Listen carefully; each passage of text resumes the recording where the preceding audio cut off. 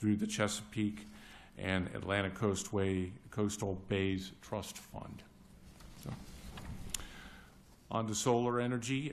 We currently have 2 megawatts of energy on campus, which is approximately 1% of our energy needs. Recently, however, we've been awarded additional funding from 2 Maryland Energy Administration grants, which will help us double our solar capacity, actually more than double it, to 5 megawatts. One of the grants will also provide funding to develop a campus clean energy plan and a sustainable energy curriculum. So really exciting stuff going on in the world of solar energy. I think I've talked to some of you already about the Next Gen energy program. As you remember, it will renew, update, and modernize our aging energy plant and utility distribution system to make heating and cooling campus more efficient and minimize outages to the maximum extent possible.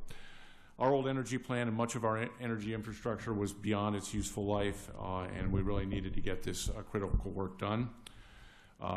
Last spring, the old plant was taken offline and an interim boiler plant was commissioned to provide steam to the campus while we were building the new plant. The new plant is scheduled to be completed and operational by the end of this summer, so it's going to be a huge milestone in the program. I'll note that the program was approved by both the Board of Regents and the Board of Public Works, and the scope includes renewal of the central energy plant, as I already mentioned, and repairing key portions of our steam distribution and condensate return systems. In order to complete renewal of the central energy plant, I've told you that we did an interim solution. It came online. We had some, as you can see as you drive by it, that it's operational because there's steam coming up. We had some issues due to the extremely cold winter, but we made it through those. And it was primarily due to the very cold temperatures and simply the plant was not designed or ever envisioned to operate in sub-zero temperatures. So we made the corrections on the fly, so to speak, got the plant operational and made it through that period of time. There was a maximum outage of 16 hours when there was sub-zero temperatures, and we learned actually that our residence halls hold heat really well because none of them got below 60 degrees, and they were all between 60 and 69 degrees, despite a boiler plant outage during a sub-zero temperature period. The interim boiler plant will be in use obviously till the end of the summer, and to ensure redundancy during the early operation of the CEP, we'll keep it going until that time. So, next slide, please.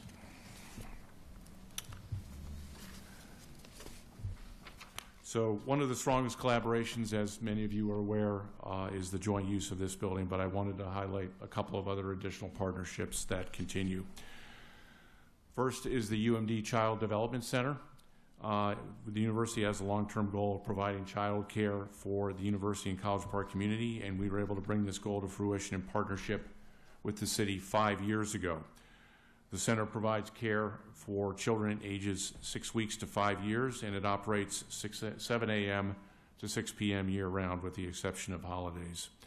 The center was developed in partnership with the city as part of the Greater College Park initiative to make it an even more attractive place to work, live, and study.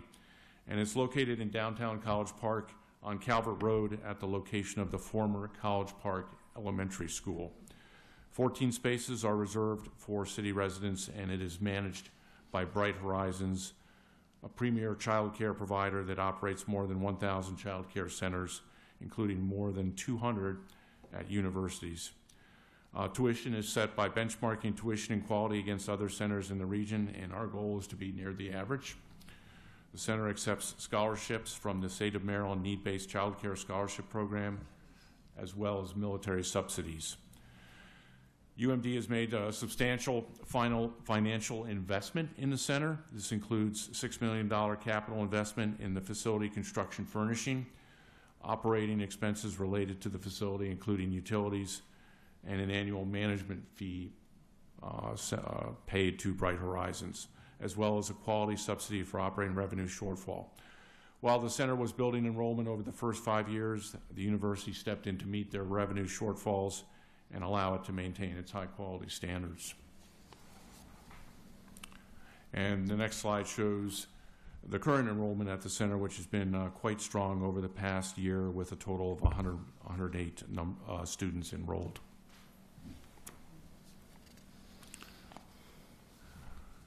There are some additional collaborations I wanted to highlight. I wanted to update you on the aquatic partnership. We're in the first year of partnership between the city and the University Recreation and Wellness Center. 16 College Park families became members of the Outdoor Aquatic Center at the Epley Recreation Center, providing them with a local outdoor pool at a discounted rate. Recwell has already begun receiving inquiries for summer 2026 for those who participated last summer and potential new members, so a great initiative. Regarding the VO contract, over the summer we signed a new partnership with VO contract. According to VO, only 37% of VO users in our market own a car, so VO plays an important role in giving those users transportation options. The map on the screen shows VO use with the purple being the area where the most VO rides occur. Vision Zero is a strategy to eliminate all traffic fatalities and severe injuries while increasing safe, healthy, and equitable mobility for all. DOTS will be leading this work on campus and is eager to work with the City of College Park and other partners. We also have an emergency management partnership. Our Office of Emergency Management and Business Continuity, or OEMBC, is enhancing its services with the city and has had high-level city officials as well as members of our campus incident coordination group for several years. Recently, we've added additional city officials, bringing the total number of representatives on the coordination group to 4. These city officials receive all of our incident communications and informations in real time to include briefings, live incident tracking via spreadsheet, and after-action reviews. And I think the benefits of this relationship include the recent snow and ice storm where the OEMBC was able to give and receive key information to address the city's concerns, prioritize snow removal, and address student community questions in collaboration with city officials. We're currently working alongside the city to develop a City Hall emergency plan, and this is being produced in conjunction with UMD's OEMBC and facilities management teams, city officials, and the property manager, Lincoln Property. And then finally, I wanted to highlight the UMPD CMAST partnership. CMAST stands for City Multi-Agency Services Team, and it started in 2012, and CMAST's goal is to combine multiple agency information, resources, and expertise to target and address issues in the community. Since then, strong partnerships have continued to grow for the mutual benefit of College Park, the university, students, faculty, staff, businesses, and visitors. At the beginning of CMAST, there were large numbers of addresses that were repeat offenders. After 10 to 12 years, the number of repeat problem houses each month went from 20 a month down to 4 a month. So that's a great statistics. There is open communication among the police, university departments, the city, and Prince George's County. The process is dynamic and continues to meet new needs and utilizing a preventative approach to anticipated changes in the community. I did want to talk a little bit about the UMPD Security Operations Center.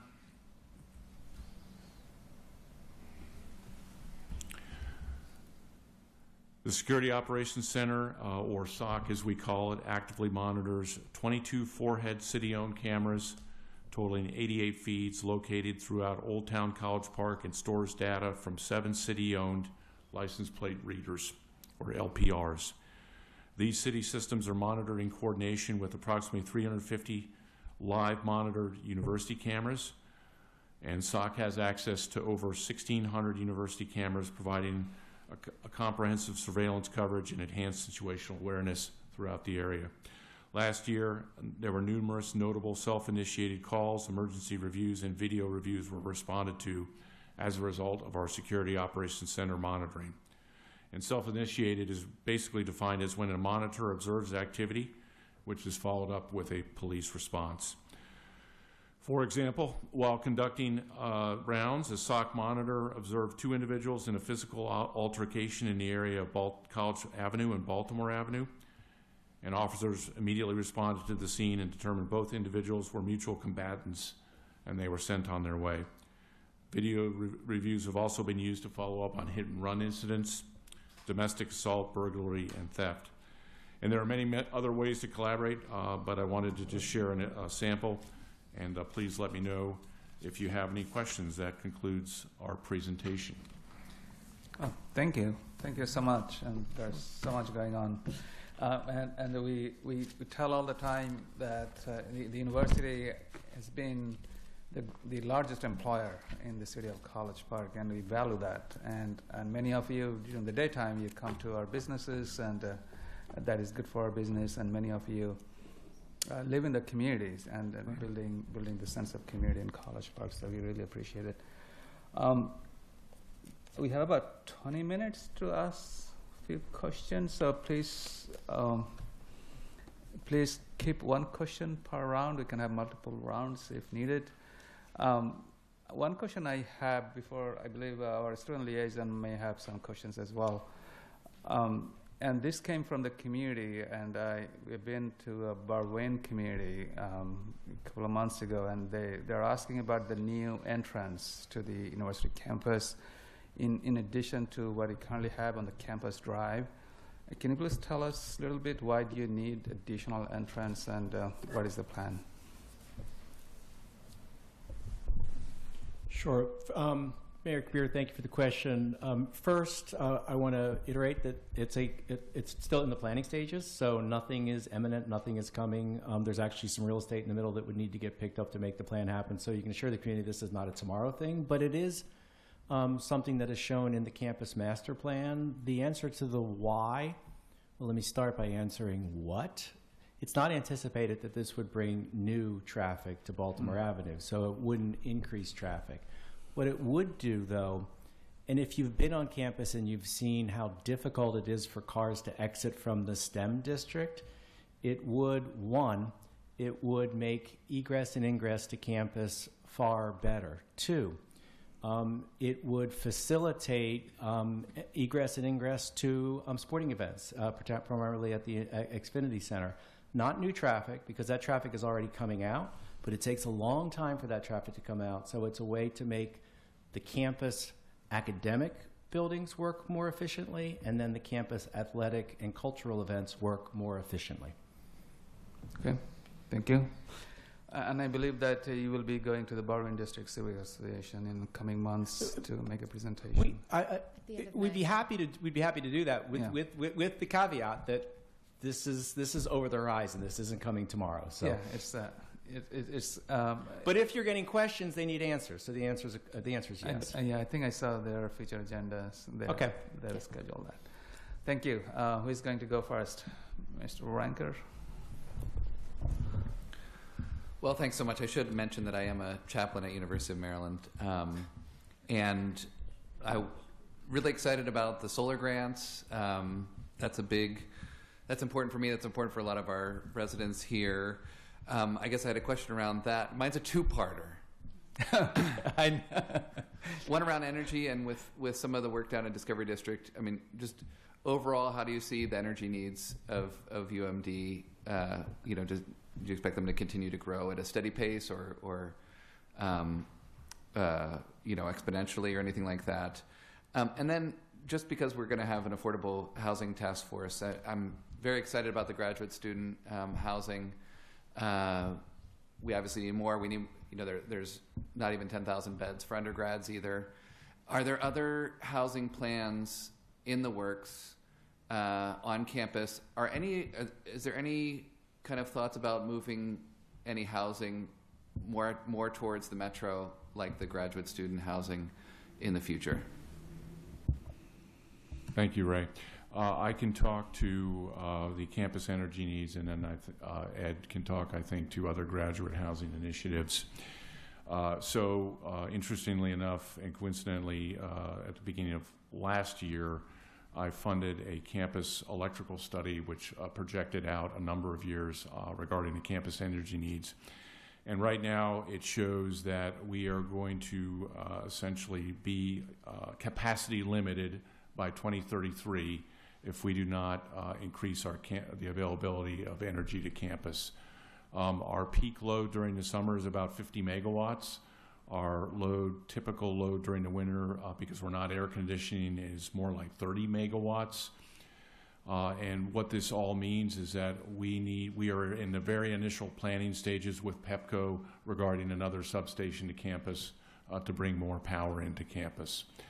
The new central energy plant, when it's commissioned later this year, will provide in the summer 16.5 megawatts of that 50 megawatt load that we have. So the answer to your question is yes. Campus energy needs are growing. I don't think I would say exponentially, but they continue to grow at a steady rate. And the way we're addressing that is another substation to campus. So, Ed, do you want to talk about graduate housing? And undergrad. I don't know if also and undergraduate. I was actually going to say we're going to talk about housing and where it should be located, because I think that's the focus of the question. I absolutely 100% agree that putting more density, mixed-use density at transit locations, and the College Park Metro Station, look, it's languished as far as the joint development program at Metro. It doesn't, I mean, we just had development there, but there's not much there yet. But what's happening now is the university's real estate affiliate, Terrapin Development Company, is negotiating to develop that we call it Aviation Landing, the area at the airport.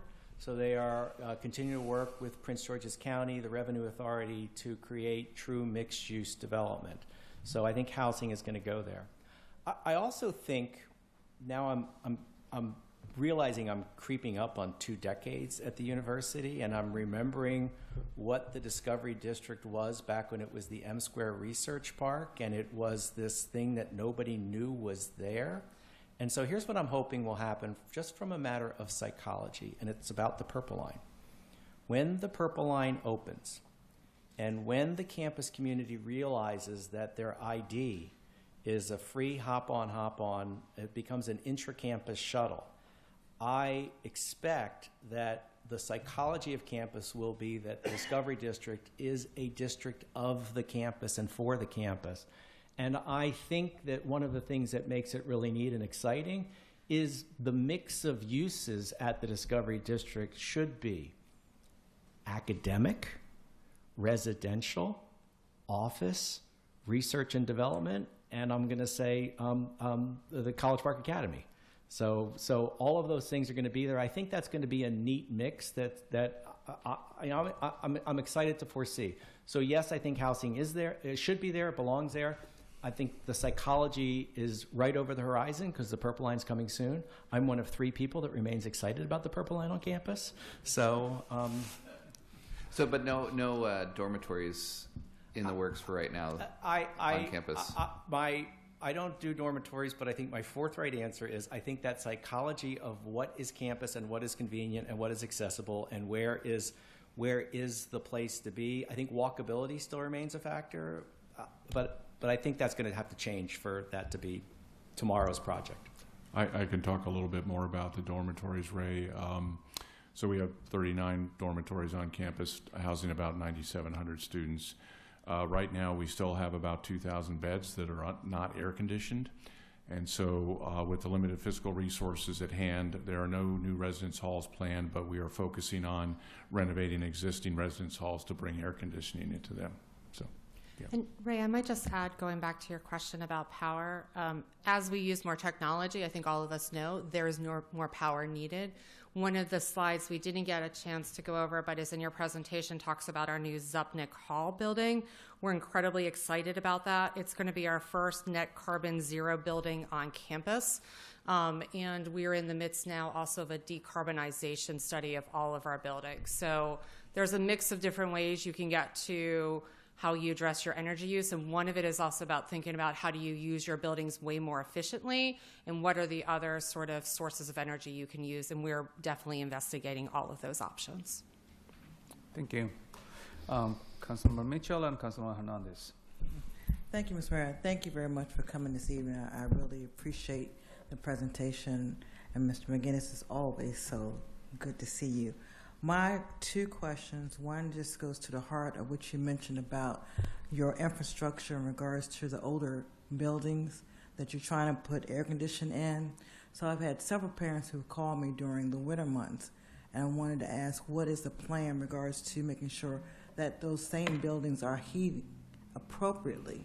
Because several children had issues with some of your older buildings, and their parents were very upset that their children were residing in those facilities in the sub-cold, and then I received the call. Well, I'm sorry to hear that. That's okay. Denise. I'm here to help. I get more than you, though, I bet. This is all related basically to the fact that over this winter we operated with a temporary or interim boiler plant to provide steam to the campus, which obviously provides heat to the buildings as well as domestic hot water for showers.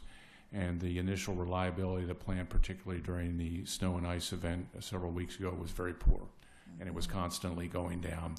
And I'm sure that's probably why you were getting those calls. So I'm proud to say, or happy to say, that we did a lot of work on that interim boiler plant, and it is operating reliably now, and so there shouldn't be any more complaints this winter. Okay. And I will say I want to thank Ms. Galeros because she took my calls in late evenings. Okay. But I will ask if you also could look at the opportunity to create a communication plan between the city and the university when it happens. Absolutely. Because I just knew to call Ms. Galeros, but I didn't know what to actually Absolutely. say, and I think parents would appreciate that. My second question goes to, as the university starts to continue to expand as far as your vision for the future, several students asked me to raise this question to you about ADA accessibility, making sure that the university is looking at all opportunities for those students who are physically challenged, even in the dorms, to have the quality of life and the actual opportunities to thrive in college. So is that part of your plan moving forward? Yeah, thank you for the question. Yes, it is. It was part of the campus master plan. There is also an accessibility plan for the school, which is done and then updated every couple of years, and we're in the process of initiating another update to that plan. We do get money through Access UMD and Access Maryland, which are two accounts to do accessibility improvements around the campus. And we are actually looking at increasing that funding through other means as well. So it's a big focus area for us. Okay. Thank you. Thank you. And if you could share those plans with us, appreciate it. Thank you, Mr. Mayor. Thank you. Thank you so much. Let's go to Councilor Hernandez and then Councilor Oates. Yeah. First off, thank you all for coming and presenting a little bit about what we all work on together. Mr. McGinnis, you get me excited every time you speak, about the various economic development opportunities here in the city. And it makes me think about what we have up. So as I don't know if you all know, but I help represent the district in North College Park, where it basically starts, and forgive me, District 2 colleagues, but like around Maryland 193 and north, right, all the way to IKEA. I'm not claiming some land there because we share with District 2. But right there on Route 1 between Maryland 193 and the I-495, there's a great opportunity for us to work together from a city and a university partnership. It is the gateway to the university, right? It is the thing that everyone who drives onto campus is going to see, and folks don't really think that they're in College Park until after they pass Ritas. I'm hoping that we can find an opportunity. So where can the city work with UMD to help beautify the gateway for the University of Maryland? Yeah, I just and I knew you were going to ask this question. I just think it's a. I think it's a. I just wanted to say I had a chance to think about it this afternoon. I think it's a terrific idea, and I think we ought to get some sort of work group together. I don't know whether it could be better addressed through the College Park City University partnership through that mechanism, or whether it should be kind of a different construct that we use. But I think it's a wonderful collaborative opportunity, and we should get going on it. I certainly think it's a good opportunity. I know that I've mentioned it to the College Park University partnership, but Mr. McGinnis, I think you sit on the partnership. I do too. Oh, you said. I've been on the partnership for a long time. I have to say this, the mayor knows this, I was a resident of District 1 for more than a dozen years. Fantastic. So, and I've actually, I've lived in this general area since 1992. So what we see over that period of time and what we're excited to see, that excitement is incremental change. We're actually already seeing some development north of 193, which I think, again, creates a critical mass that brings more. Part of what we do is we work together. I mean, literally, it's a cooperation together to keep talking what we were saying earlier about this is a place to be, this is exciting, come. Because it's going to take private investment to make significant change. That's the reality to it. We can talk, we can market, we can come up with plans, but we need to mutually, because the one thing I like about the city-university partnership is we have so much in common. And touting and advocating for this city is that mutual core thing from an economic development perspective, because we want to see the city's commercial tax base improve. We want to see traffic improve. It works for all of us. So I think that's how we do it. We just continue to work together and lean in and bring in the investors that I think we need long term. I think that would be fantastic. Obviously, the city has a range of tools that we can use, including tax revitalization programs. I mean, I really, between you and I and everyone here, want to just buy the piano store, the mysterious piano store that's been up for sale for 5 years. We can both figure out what's actually More than 5 years. More than 5 years. Yeah. Yes. So I just think that there's a lot of room for opportunity there. The second question, is I know it's a two-parter. Is that what you said?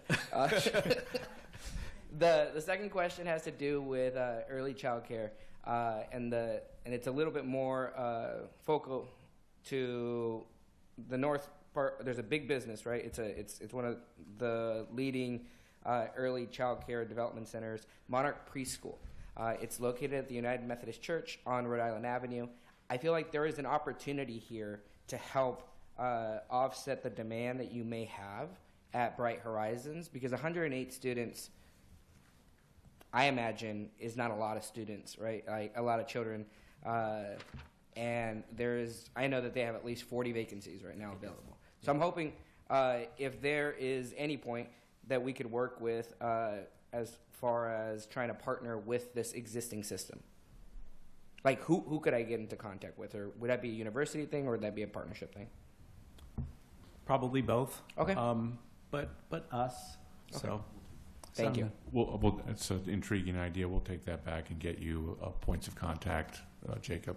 Greatly appreciate it. Thank you so much. Would I be too sycophantic if I mentioned that I used to vote at that church for more than a dozen years? Oh, well. Oh, stop. Sorry. You're always more than welcome to come back. All right, thank you. Hopefully this will be the last, second to the last question. And Mr. Oates, and finally, Mr. Hugh. Great, thank you. And thank you again for joining us tonight. I think it's really critical that the city and the university be working closely together and aligned to make sure that College Park continues to be a great place to live, learn, and play. And I'm happy to say that I'm the father of 2 young children who've benefited from the UMD Child Development Center, so very happy that it opened in the midst of COVID and continues to be a great place, especially with the city's recent investment of new playground infrastructure next door. So I think, as you're probably aware, I have a couple points and then a question. So I think the thing I wanted to highlight was just that College Park, as you know, will be undertaking our city strategic plan for the next 5 years later this year. And I think it's really important that we be thinking about things that Councilmember Hernandez is talking about in terms of placemaking together and how we can work together. I think for the campus facilities plan, understanding when things are moving from, hey, that was an idea some consultants wrote many years ago, to, hey, this is, we're going to move 6 months from now. I think sometimes residents feel like that happens in a flash. And so having us involved, having greater awareness on the front end of like a 6 or 7 year project, I think is important. So people have the time to register concerns before it's been planned out for a long time. I think also eager, as you noted, to see how we can leverage the College Park City University partnership to really better use it to achieve our common objectives. And I think that probably requires a little bit more investment from us in terms of our time or from you all. But working in this format is also helpful. I think my question is actually less difficult than those points, which is just I'd like to better understand what's planned for around the location of the current Arliss building.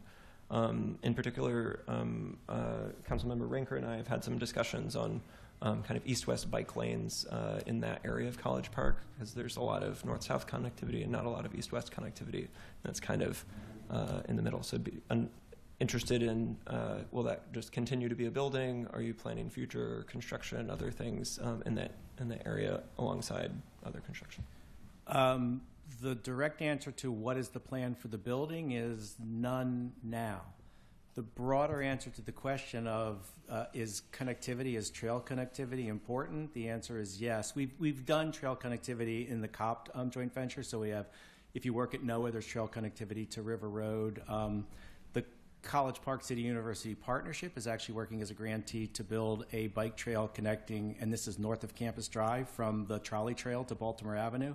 So that, again, that's a common purpose issue that is one of those we're all in favor of it. We'll sit down and we'll figure out, when Arliss leaves that building, we'll figure out what the use is, and it'll be an open process to it. So it's because it's a pretty significant piece of land. Thank you. And finally, Mr. Hill. Thank you. I'm looking at this, your campus facility plans and your bike lanes here, your VO map. And one of the issues we face is we work together to improve Route 1, South 193. Mm-hmm. One of the issues we're facing is a lot of people stopping in the bike lanes, especially in front of the student housings. And it is, your students are one of the largest users of these bike lanes. We've been trying to get legislation that allows us to penalize and prohibit parking and standing in bike lanes. And I'm not sure where your lobbyists and where your efforts are with that, with us there. And is that a priority for y'all? Because it is a real issue. It's real dangerous. It's a disruption to the traffic.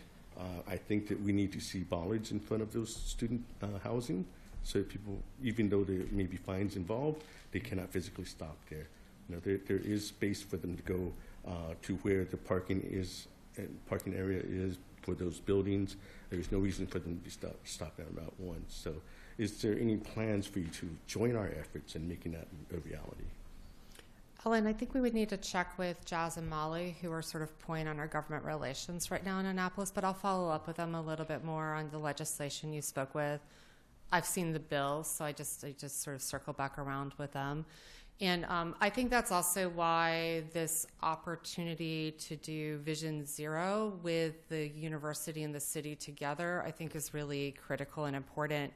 We're incredibly excited. We brought on 2 new team members in DOTS, both of which have extensive experience in biking. One of them actually was leading the DC Vision Zero effort, which is, many of you know, where Vision Zero really has taken off. So we're really excited to have that talent on our campus, and I think there's a lot of opportunities for us to partner together to improve bike and micromobility safety and pedestrian safety throughout our area. But I'll follow up and I'll let you know, Alan. I appreciate that. Thank you. Thank you. Thank you so much. So that's all we have. And thank you again for coming. And I hear that there are some opportunities, more opportunities of collaboration. And please keep us posted of any opportunities we can actually part of from the City of College Park. I will be happy to be.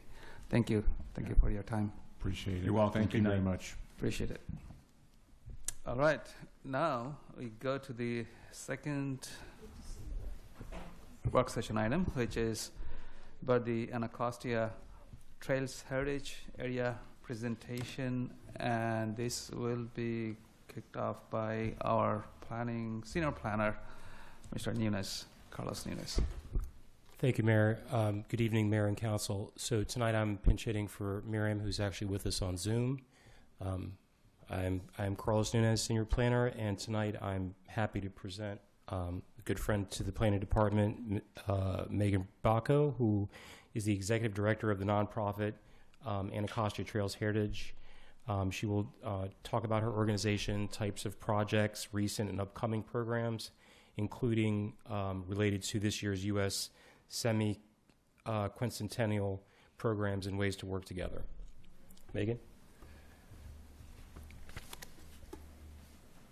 And we are also joined by a Director of Planning from City of College Park, Miriam Bader, as well. Thank you, Ms. Bader. Okay, good evening. My name is Meg Bacco. My pronouns are they, them, and I'm the Executive Director of Anacostia Trails Heritage Area. Happy to be here this evening, Mayor and Council, and residents, neighbors, and friends.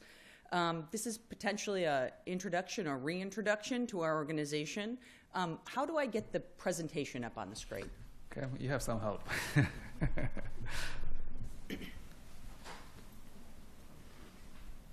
I didn't even touch it. Was that what I was supposed to? Is this yours? Yeah. Okay, yes. Just go ahead and use this. They put it on as a PDF. Oh. It's in the back.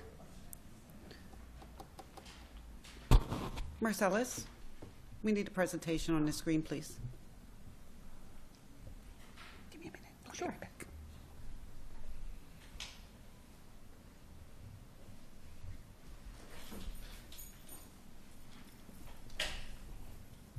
It's more fun with pictures. I saw a brief flash. Okay. There you go.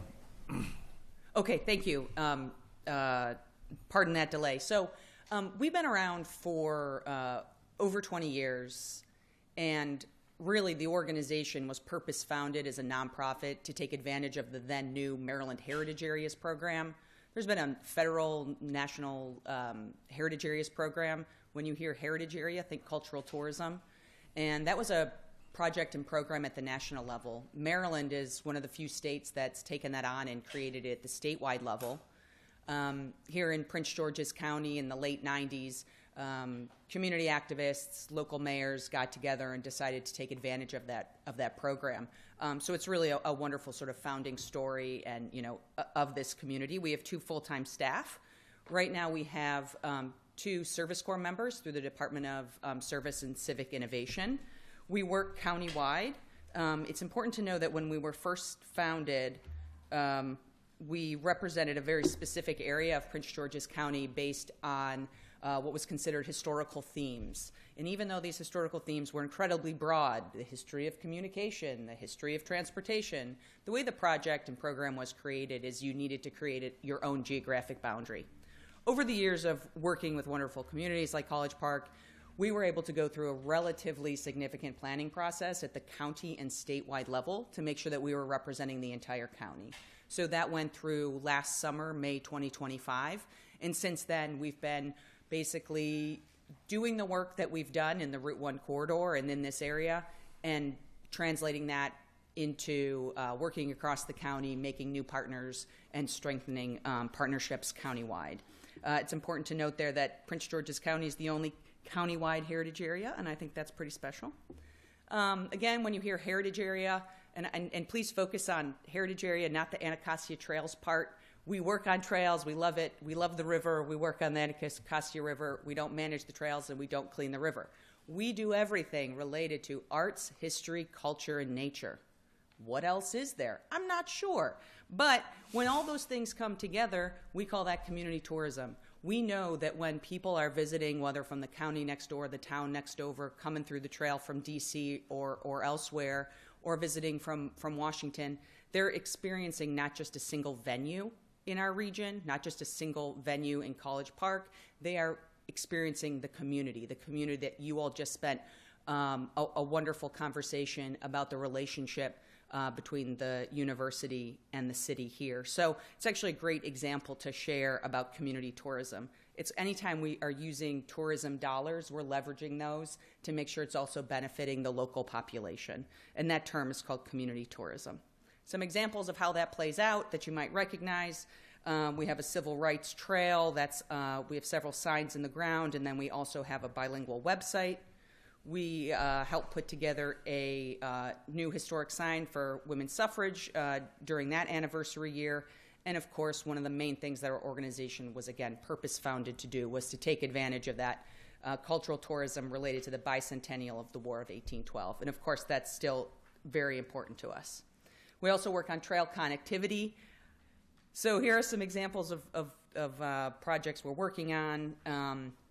The Bowie Heritage Trail, Trolley Trail extension towards the south, Dueling Creek Trail connecting Anacostia River Trail better with Colmar Manor, and then the Greenbelt East Trail. So those are just some examples. We're not solely a trail organization. We have wonderful partners, with you all, and then also at the county and the other nonprofit level. We also support public art, murals, sculptures, monuments, placemaking, and then also redevelopment. My background is in historic preservation. I love historic Route 1 architecture. I love historic Route 1 architecture. We are very interested in how properties can be redeveloped and how we can maintain the character of place, and that all plays into walkability and many of the other factors and goals of the City of College Park, and other locations as well. We've been successful in sort of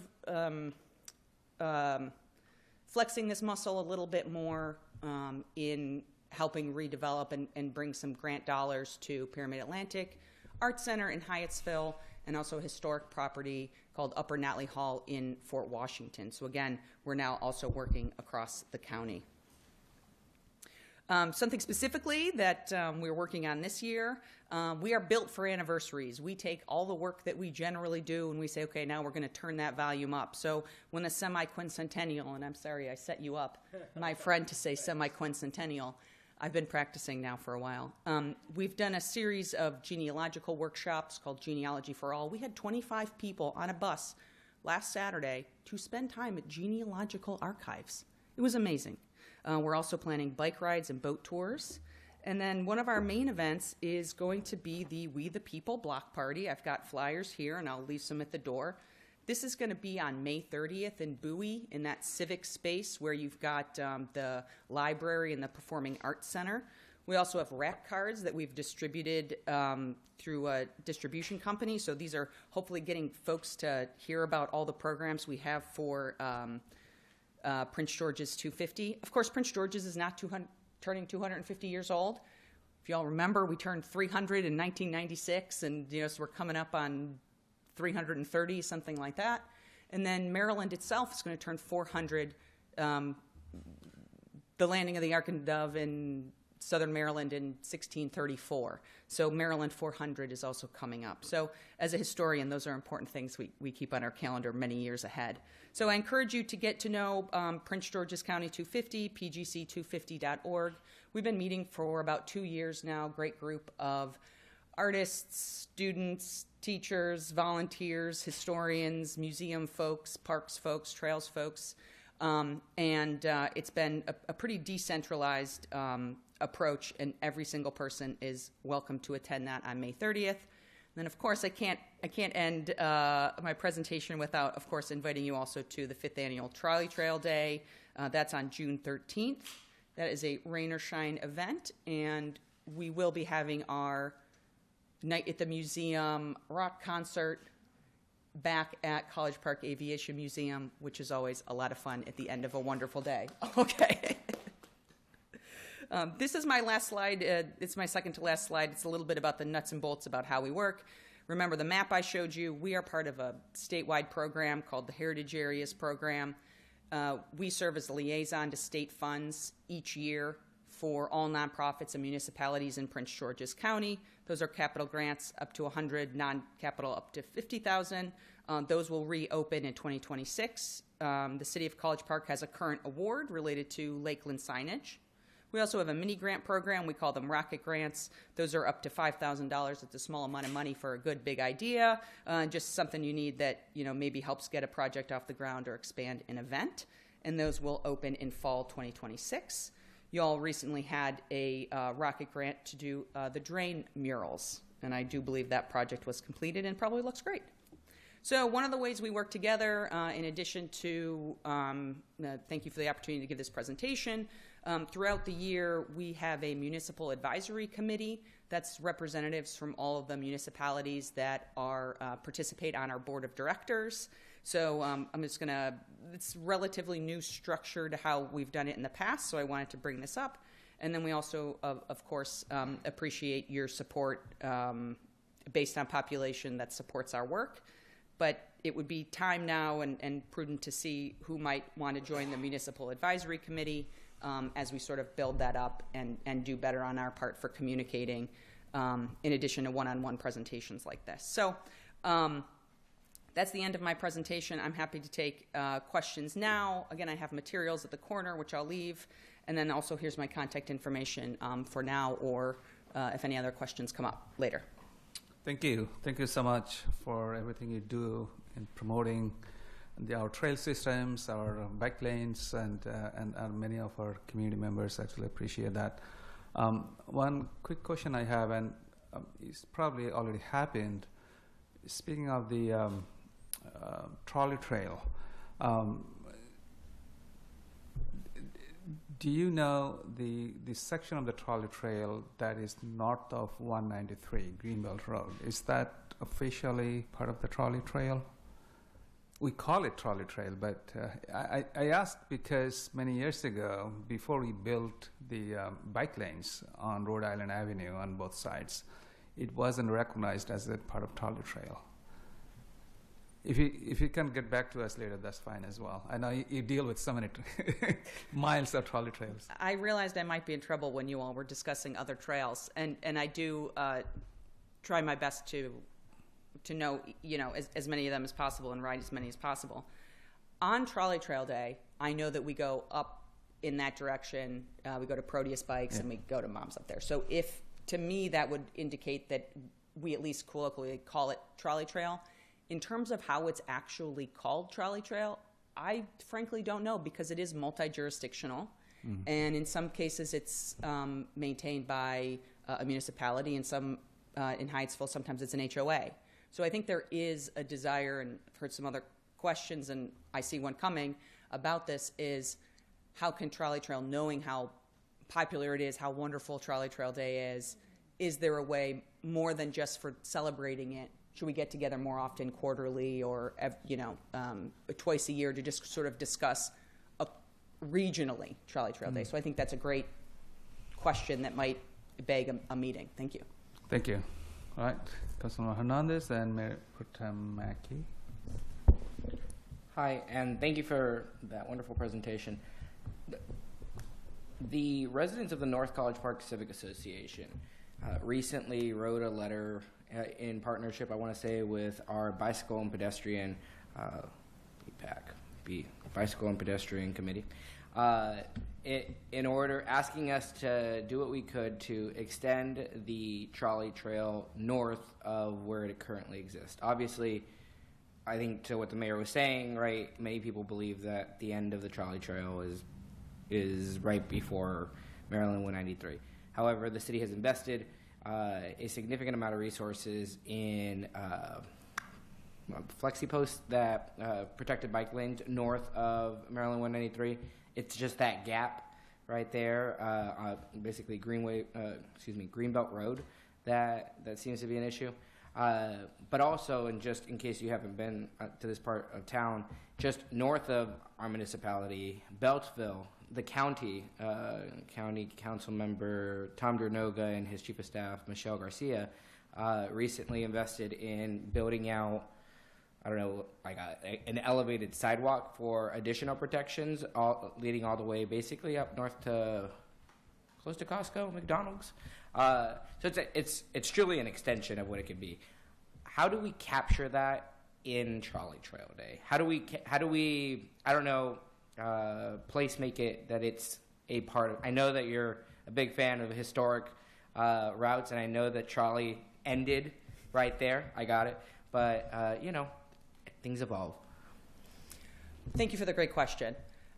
Right now, our organization is, not to say that we're not interested in that, just as a nonprofit executive director with a staff of 2 people, I am just going to say right now we are pretty focused on the Trolley Trail extension in the southern direction, and we have made quite a bit of progress in that. We're awaiting a SHA feasibility study, which we expect at the end of this month. What I think that that answer maybe also helps lead to is we now have an example of a very recent extension and how we did it. So a lot of community engagement with our partners in North Brentwood, and Mount Rainier, and a relationship and continuing relationship with MDOT and SHA for that feasibility study. So to me, that seems like, okay, we'll just keep that ball rolling, sort of as that project, whether or not it finishes or we get to a nice sort of milestone on that.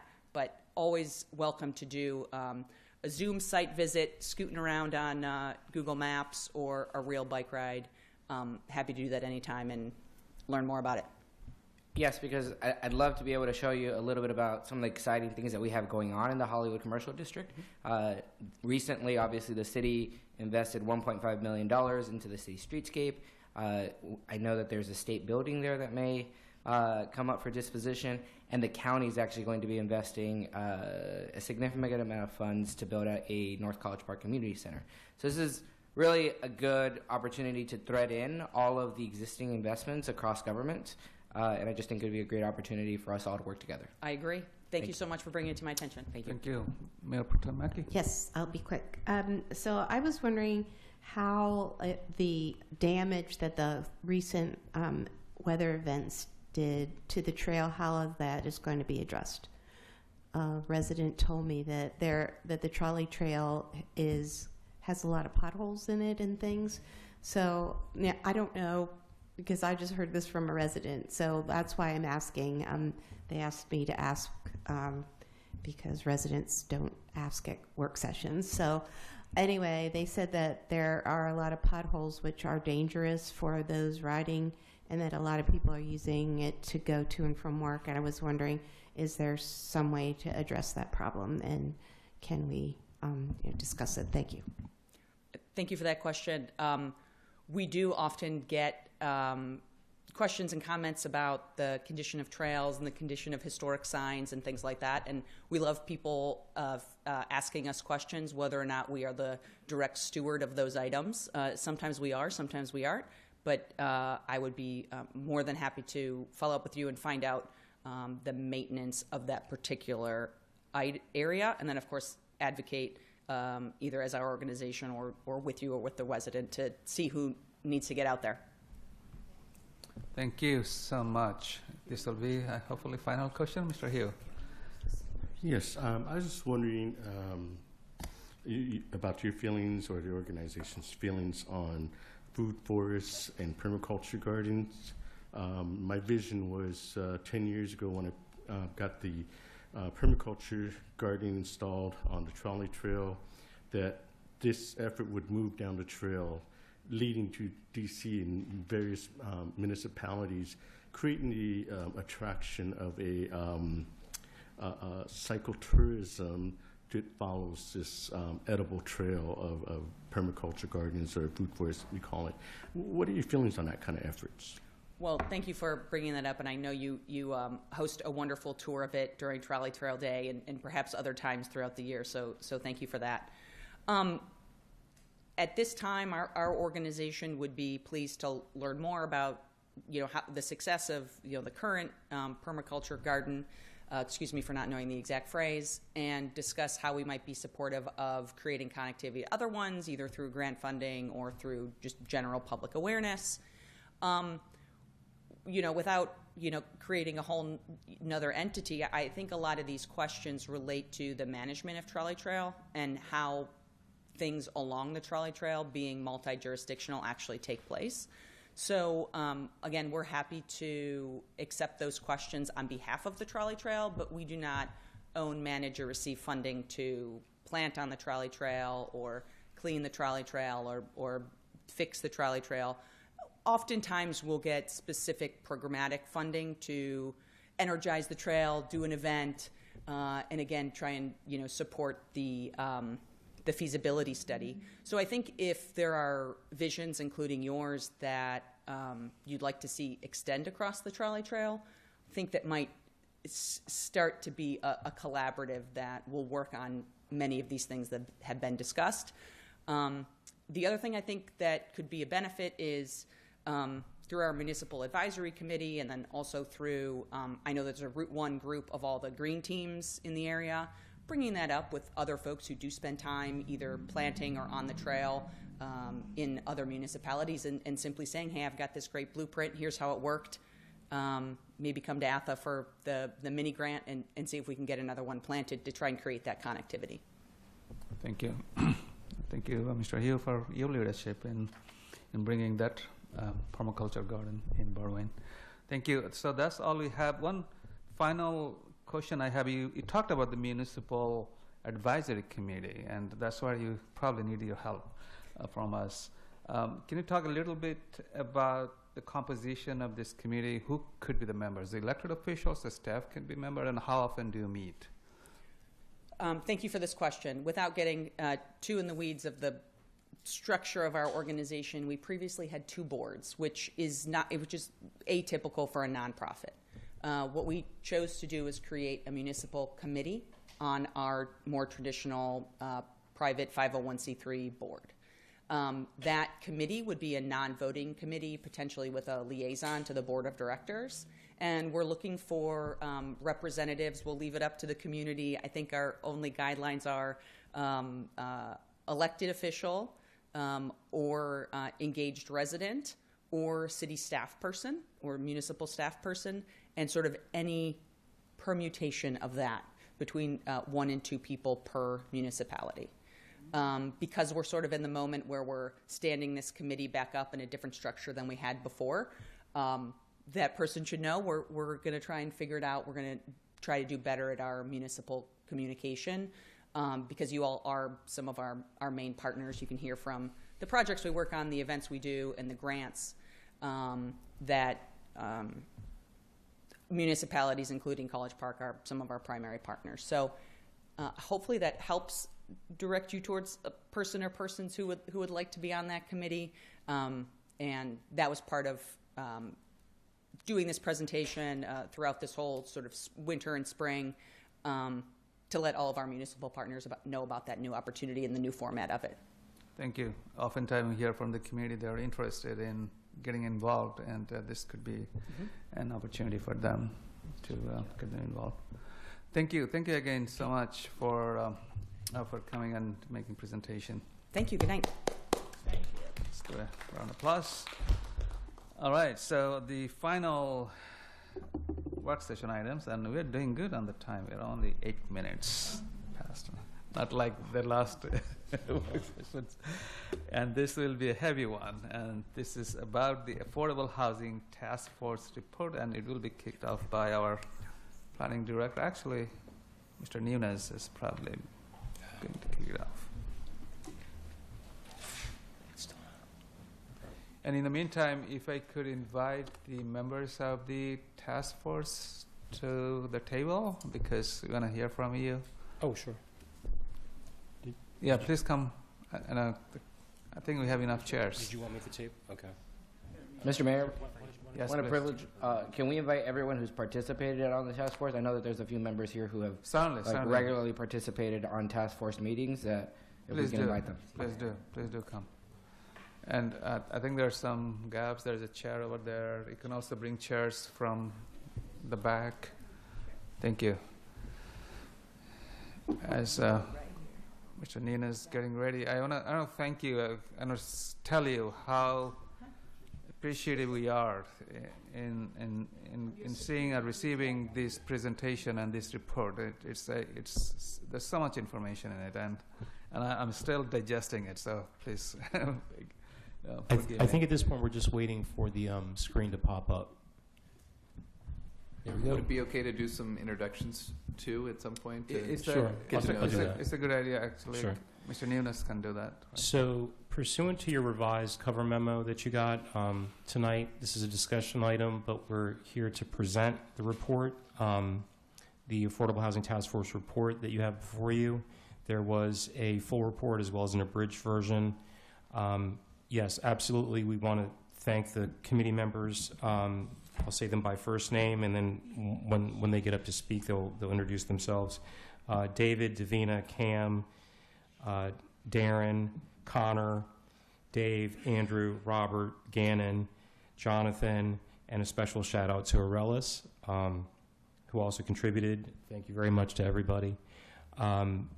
We first met back on or about July of last year, and it was, I selfishly, I want to thank everybody because I learned a lot from everyone, and I think it's a tremendous report that we have to review and work with. So without further ado, there were 6 charges that were assigned to the task force, and each person tonight, actually who's before you tonight, are the authors of the report. And so the way that it worked was there were different groups that worked on the 6 different charges that they got. So leading it off tonight, we'll have Jonathan, who'll be the main presenter, and then afterwards, depending on the question, someone may chime in with an answer for you. Without further ado, Jonathan. Jonathan, thank you. Yes, good evening, Council and Mayor. My name is Jonathan Riedel. I'm a District 2 resident, and I'm the chair of the Affordable Housing Task Force. This is going to be a short presentation. One of the charges that the council asked us to do was to evaluate the current housing stock. There are more charts and more information in the report. This is just a sample table showing the breakdown of the kinds of housing structures that we have. Most of the units, and obviously this is units, not buildings, so most of the units, about 51%, are multifamily buildings with more than 5 apartments in them. And it followed quickly by single detached homes. So if you know your district very well, you are probably familiar with that breakdown. It may look exactly like that. And then there are smaller percentages of single attached and duplexes, triplexes, 2 to 3% of those. We don't have any mobile home parks here. That's not a surprise. But we do have in multifamily apartments and single-family homes in large numbers. This is the gap analysis. Connor was extremely helpful in putting this together, so all credit to him for this and also all responsibility for trying to understand it. Just kidding, Connor. Essentially the final column, you can see at the very top they are labeled. So if you take time to identify, okay, this is the renter households within the income limits, these are the numbers of renters there are.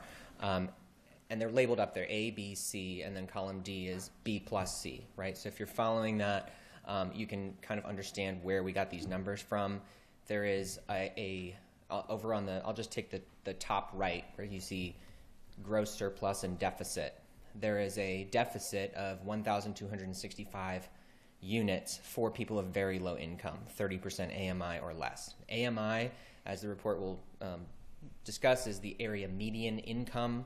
That's not something the task force created. That's a census definition, and it's dependent on the overall demographics of the area. And then you can break it down further by College Park specifically, or by the county, or by the Washington metro area. And obviously each of those is going to have a different area median income. But this one was, I think, specifically for Prince George's County. So we have, Connor, is that right, or is it College Park for this AMI? Do you recall? I believe the AMI is from the, I think it's a greater DC, Maryland or Virginia. Okay, so it's the greater greater AMI? Okay. Yeah, I think that's the standard for estimates in the area. Okay. So, so you can see that we have a big deficit in units that can be afforded by people who are less than 30% AMI. Perhaps that's not surprising. We do have a small surplus of those units for people of slightly higher income. You'll notice that there aren't any above, 100% AMI, and that's because they don't have the affordability crisis that we're talking about. Even though they may have affordability problems in other ways, childcare is very expensive, housing is very expensive for everybody, but that's not the kind of people that we focused on in this report. So you can see the surpluses and deficits. You might be wondering, well, why are there surpluses at all? And that is because, well, for a variety of reasons. You can look at the columns and parse it, but one of the reasons is people who are above incomes may be paying a very affordable rent. They may be paying, they may have an income that can support their lifestyle and be occupying a unit that could otherwise be occupied by somebody within the 30 to 50% band or within the 50 to 80% band. I'm going to skip ahead for a second. I just wanted to, this is the theme of our presentation and of the report. There's 3 pillars of affordability: supply, stability, and subsidy. Sometimes you'll hear the 3 Ps: preserve, protect, produce. I think the 3 S's are easier to understand. Many times if you are to go on to if you're to go onto Threads or Twitter or a lot of these social media, you'll hear a lot about supply. We need to build more housing, build more housing, build more housing, build more housing. And that's true. Supply is an important factor. It's one leg of the 3-legged stool, and the other 2 are stability and subsidy. And I just want the council to not ignore those other 2 aspects, the other 2 legs of this stool, and not just favor supply, because I think we determined that all 3 are very important to keeping things affordable. So going back for a second to the barriers to affordability, we found a number of barriers to affordability. And some of them are within the city's control and some are not. Red tape at the county and state level is one that is not really within the city's control, except to the extent to use your voice and your lobbying efforts to talk to the county and the state. We heard from developers, we have seen this ourselves, that it's very expensive to build in Prince George's County because there are enormous timelines and enormous costs associated with it that the county puts on development. That is something that the city can't change, but it is a barrier to affordability because it basically means that it's very expensive to build housing. There's poor enforcement of existing habitability laws generally across the county and the state. In the city, I don't think we have specific data about habitability, the poor enforcement of it. There's nothing that code enforcement is doing wrong here. It's just an important feature of affordability is preserving stability by making sure that there's quality housing. There are some affordability, you can see these other ones here, limited consumer protections in existing rentals. It's important to maintain and promote diversified rental housing. So some people will say, this is an example of supply. Well, we could just build, 15, 20-story buildings and have enough units to satisfy the demand. Well, it doesn't really work like that. It's important, but we can't, that makes it only affordable for a certain subset or a certain kind of renter or a certain kind of homeowner. A diversified rental housing, so duplexes, triplexes, condos, single-family homes, large single-family homes, small single-family homes, all different types is what makes a sustainable and thriving, affordable housing community. There is a homeownership gap that refers to people who are renting who would like to own homes but can't get there. And that can be a barrier to affordability. Some of that is within our control, some of it's not. Obviously, interest rates are very high right now, which means mortgages are high to get into, but other things are within our control. And income inequality generally. There were some studies that we looked at that basically said the affordability crisis is tied less to supply than it is to demand, and that income gaps between the difference between the median and the average dictated how affordable that region would be. I'm not expressing that idea very well, but essentially the narrower the gap between the very richest and the very poorest, the easier it is for both of those groups to find affordable housing. So to the extent income inequality is the magic bullet, again, that's something that's partially in the city's control and partially not, that would help some of the affordability crisis in housing. This is an example of something we put in. We're a college town. We do have a lot of renters. Renting is inherently more expensive, and that is because for all the costs that a homeowner incurs, property taxes, mortgage payments, financing costs, maintenance and repairs, insurance, utilities, those are also present in renters, but renters also have to pay, essentially passed on through the landlord, these other kinds of services, the property management costs, vacancies and turnover costs, enforcement costs, that means like evictions and collections and things like that. There are regulatory and compliance costs. They need to get a license. They need to follow code in ways that homeowners don't always have to. Now, we're a college town. We need renters. We need rentals, right? But to the extent that home ownership can be encouraged over renting for those who desire to own a home, that is something that the council should prioritize, if at all possible, which is why things like supporting the community land trust is important, because that is a very nice and it's a very accessible way, or it's a way for people of limited means to access home ownership easily. So here are some key policy instruments that we discussed. We met, I think, as Carlos said, since July. We met twice a month, so we had a number of meetings, and we discussed a different topic each time. We dived deep into each one. These are some of the things that we determined were the policy instruments used to support affordable housing. We looked at others. Obviously, some of them are in the report.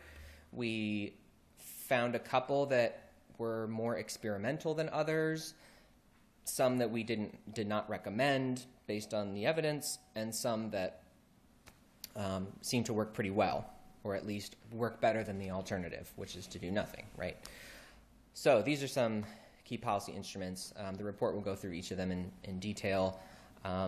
There are ways to limit investors from buying up properties solely for the profit-making incentives, because especially in a college town that doesn't feed the community in the way that College Park wants, right? As far as I understand. So we want there's some, like Greenbelt has a program where you have to live in the home that you purchase for at least 2 years before you can sell it or rent it out. There's limited equity co-ops, which disincentivize institutional investing and things like that. So there are many things that the council could explore. Obviously, these are all based on the 3 pillars: supply, stability, and subsidy. So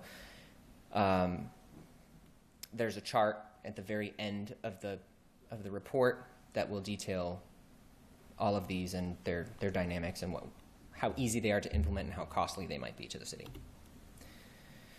We talked about best practices. These are just some, we put in a couple best practices examples. One is accessory dwelling units. There is state legislation that has been passed that mandates that each local jurisdiction figure out their ADU law. Like, what are we going to do with ADUs? And the state hasn't put out guidance. The county, because the state hasn't put out guidance, hasn't told us what we need to do. They may exclude us, they may include us, we don't know. The county hasn't passed that legislation. But generally speaking, I think Robert and Davina, who worked on this, their recommendation is to follow the recommendations of the prior ADU task force, which recommended broad adoption of ADUs. And at least, I think the primary concern was, well, we don't want 5 students to be occupying the main house and 5 students to be occupying the ADU. And so there would be some limits on that. One of those houses has to be owner-occupied for an ADU. And by the way, ADU means accessory dwelling unit, and not alternative dwelling, or not affordable dwelling unit for this purpose. Accessory dwelling unit, and they could be attached to the main home. They could be a basement apartment. They could be an attic apartment. They could be a house in the backyard. And we know a lot of these, I rent my basement to a graduate student. Those are ADUs. So kind of adopting ordinances that support those ADUs and make them accessible, that increases supply with the same amount of land. We looked at other college towns and see what they do. There's some information in the report about that. Federal programs are great if you can get them.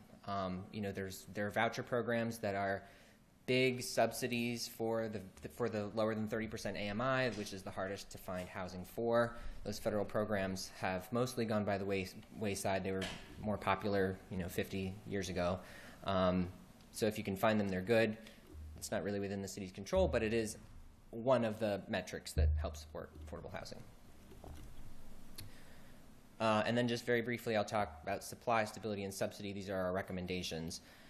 Increasing supply, the city's running out of land to build on.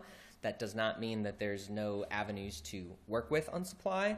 We looked at it when there's opportunity for redevelopment. Don't replace this, stretch of single-family homes with another stretch of single-family homes. That might not be what the city needs at that point.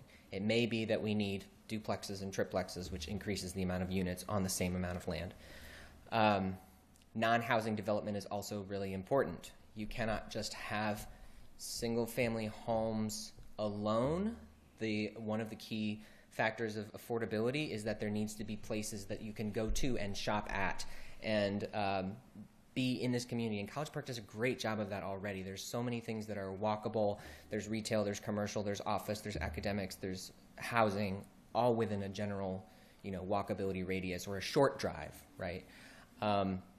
So that's important too. We don't want to just prioritize residential development at the expense of everything else. We talked about home sharing. There's a program called Nesterly, which has not been tried in many jurisdictions, but has been tried in a few, which essentially pairs aging seniors with graduate students or college students who may be looking for cheaper rentals, and then that person, the younger person, will help the senior with some of the tasks they may need to help age in place, mowing the lawn, doing the dishes, things like that, and they get cheaper rent as a cut. Nesterly is a program that sort of manages and facilitates that relationship and takes care of the rent collection and the fees and stuff so that the senior doesn't have to deal with that. That's the general principle. I talked about cutting red tape. If that were at all possible, would help increase supply. Increasing stability, the idea here is that if you have a rental and the first thing you want to do is move out because it's not quality housing or because you can't afford it, that's not good for affordability. It increases vacancy and turnover costs. It increases costs for the tenant who may have to put their stuff into storage. Moving is extremely expensive. Evictions are extremely expensive. Homelessness is extremely expensive. So stability is a long-term solution to affordability. Our recommendations include banning junk fees and rent-setting algorithms. There is already a lawsuit about banning rent-setting algorithms against RealPage. I'm sure you've all heard about that, perhaps. Junk fees is the idea that somebody will advertise a rental for $2,000, and then as soon as you go to sign the lease and they say, well, there's a $200 a month amenity fee, and there's a $100 a month pet fee, and there's a this amount, this fee, such that the overall amount you're paying each month is $2,500, whereas somebody who's straightforward and upfront and says the rent is $2,500, most people are going to look at that $2,000 place first and then feel duped and trapped into a lease that has all these extra fees that they're not reading about. So junk fees is a really important, I think, way to increase stability and generally have more transparency about the rental process. Stronger enforcement of tenant habitability rights. We suggested something that Madison, Wisconsin has done and some other jurisdictions where you get a percentage rent abatement based on violations of the municipal code for which the tenant is not at fault, which is a substitute for sort of direct fines, which has a sort of a more enforcement costs associated with it. You have to find the report, you have to get the code enforcement officer out, et cetera. So there are sort of rent abatement, habitability based habitability rights that you can that will increase stability. And then increasing subsidy. Of course, subsidy means money. That you guys have a budget. Everybody has a budget. It's hard to identify where the best resource allocation is.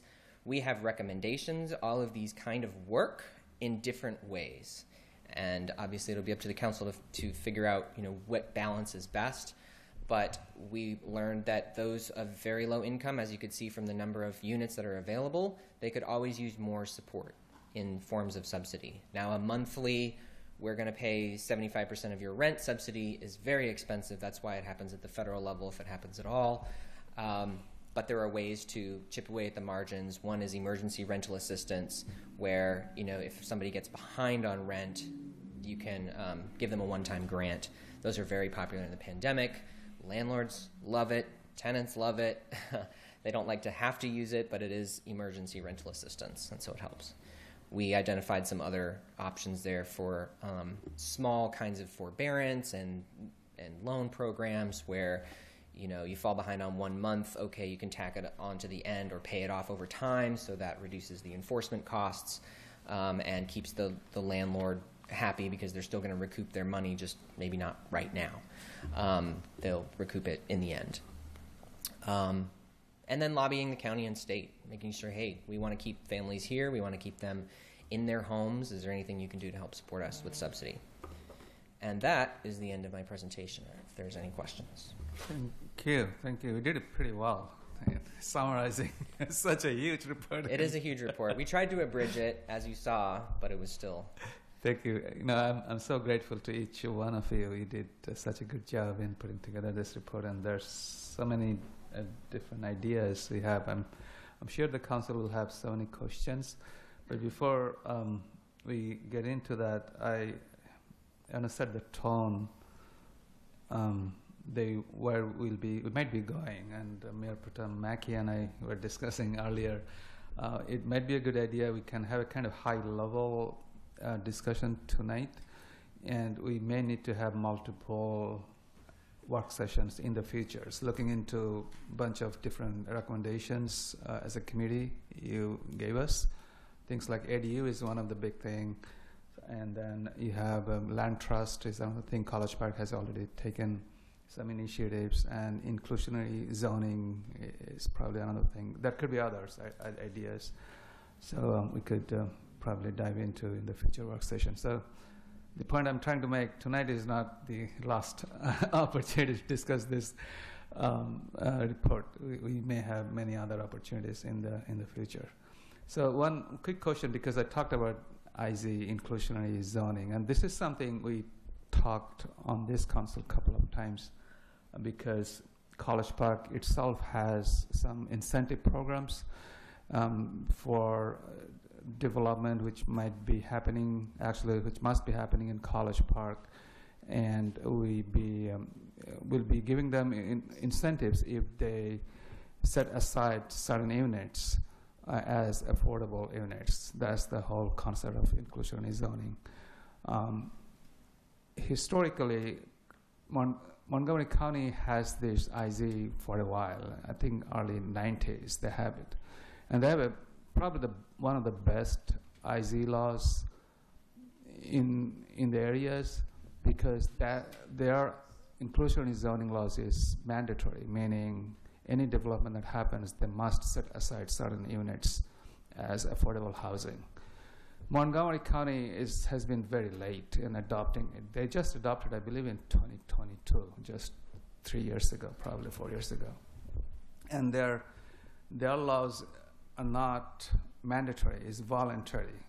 So from College Park side, which unfortunately don't have zoning authority, first of all, they only come as making a presentation, they meaning developers, and we give them a kind of a letter of support. We rarely deny it, and we can ask them to get into those kind of affordable housing units when we give them the support, and it hasn't happened consistently. We ask them, we talk them, and it depends on the on the developers whether they actually are interested in doing it. That's because the county laws are so much relaxed. It's not mandatory. So that's something, an opportunity we have from the council side to lobby our state reps, because I believe should be an enabling legislation as well, and also the county council leadership to have this more kind of what Montgomery County has, kind of having a mandatory inclusionary zoning. So I ask you because I know you're all experts. You spend so many hours in dealing with it. When you talked about inclusionary zoning, have you talked about what might happen, how the council can support in College Park? Anyone? It looks like Connor was itching to answer. Go ahead, Connor. I think what you said is true. One of the big things is going to be working with Prince George's County to try and see if they can adopt something similar to the moderately priced dwelling unit program in Montgomery County. Mm-hmm. One important part of the moderately priced dwelling unit program, actually, that I think should be paid special attention because it overlaps somewhat with a community land trust, would be housing affordability reinvestment funds. Basically, when projects reach the end of cycles for affordability in Montgomery County, a lot of these programs stipulate that once the affordability window ends, so many of them are 30-year affordability programs. So the affordability mandate is only for 30 years. Once that window's up and a unit can be sold for market rate, a significant portion of the resale value on the first sale post affordability, sort of the end of affordability term, is recaptured basically as a fee, and which can be put into a reinvestment fund.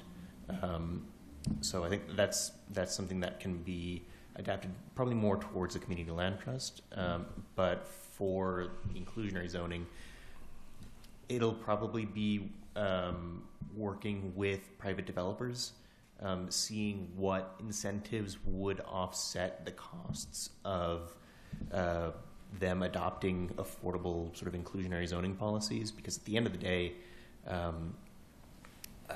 because of the situation that College Park is in relative to Prince George's County, it's either lobbying with Prince George's County or in many ways providing an incentive strong enough that the developers will want to pursue inclusionary zoning. Certainly, yeah, I agree completely. There is an opportunity of advocacy with the county leadership. Thank you. So let's open the floor. I see our student liaison, Mr. DeSpirito. Yeah, please. You can actually move it. Thank you. All right. Thank you again for all the work that you guys have been doing in creating this report for us. It's been very helpful. I had two questions in two different angles here.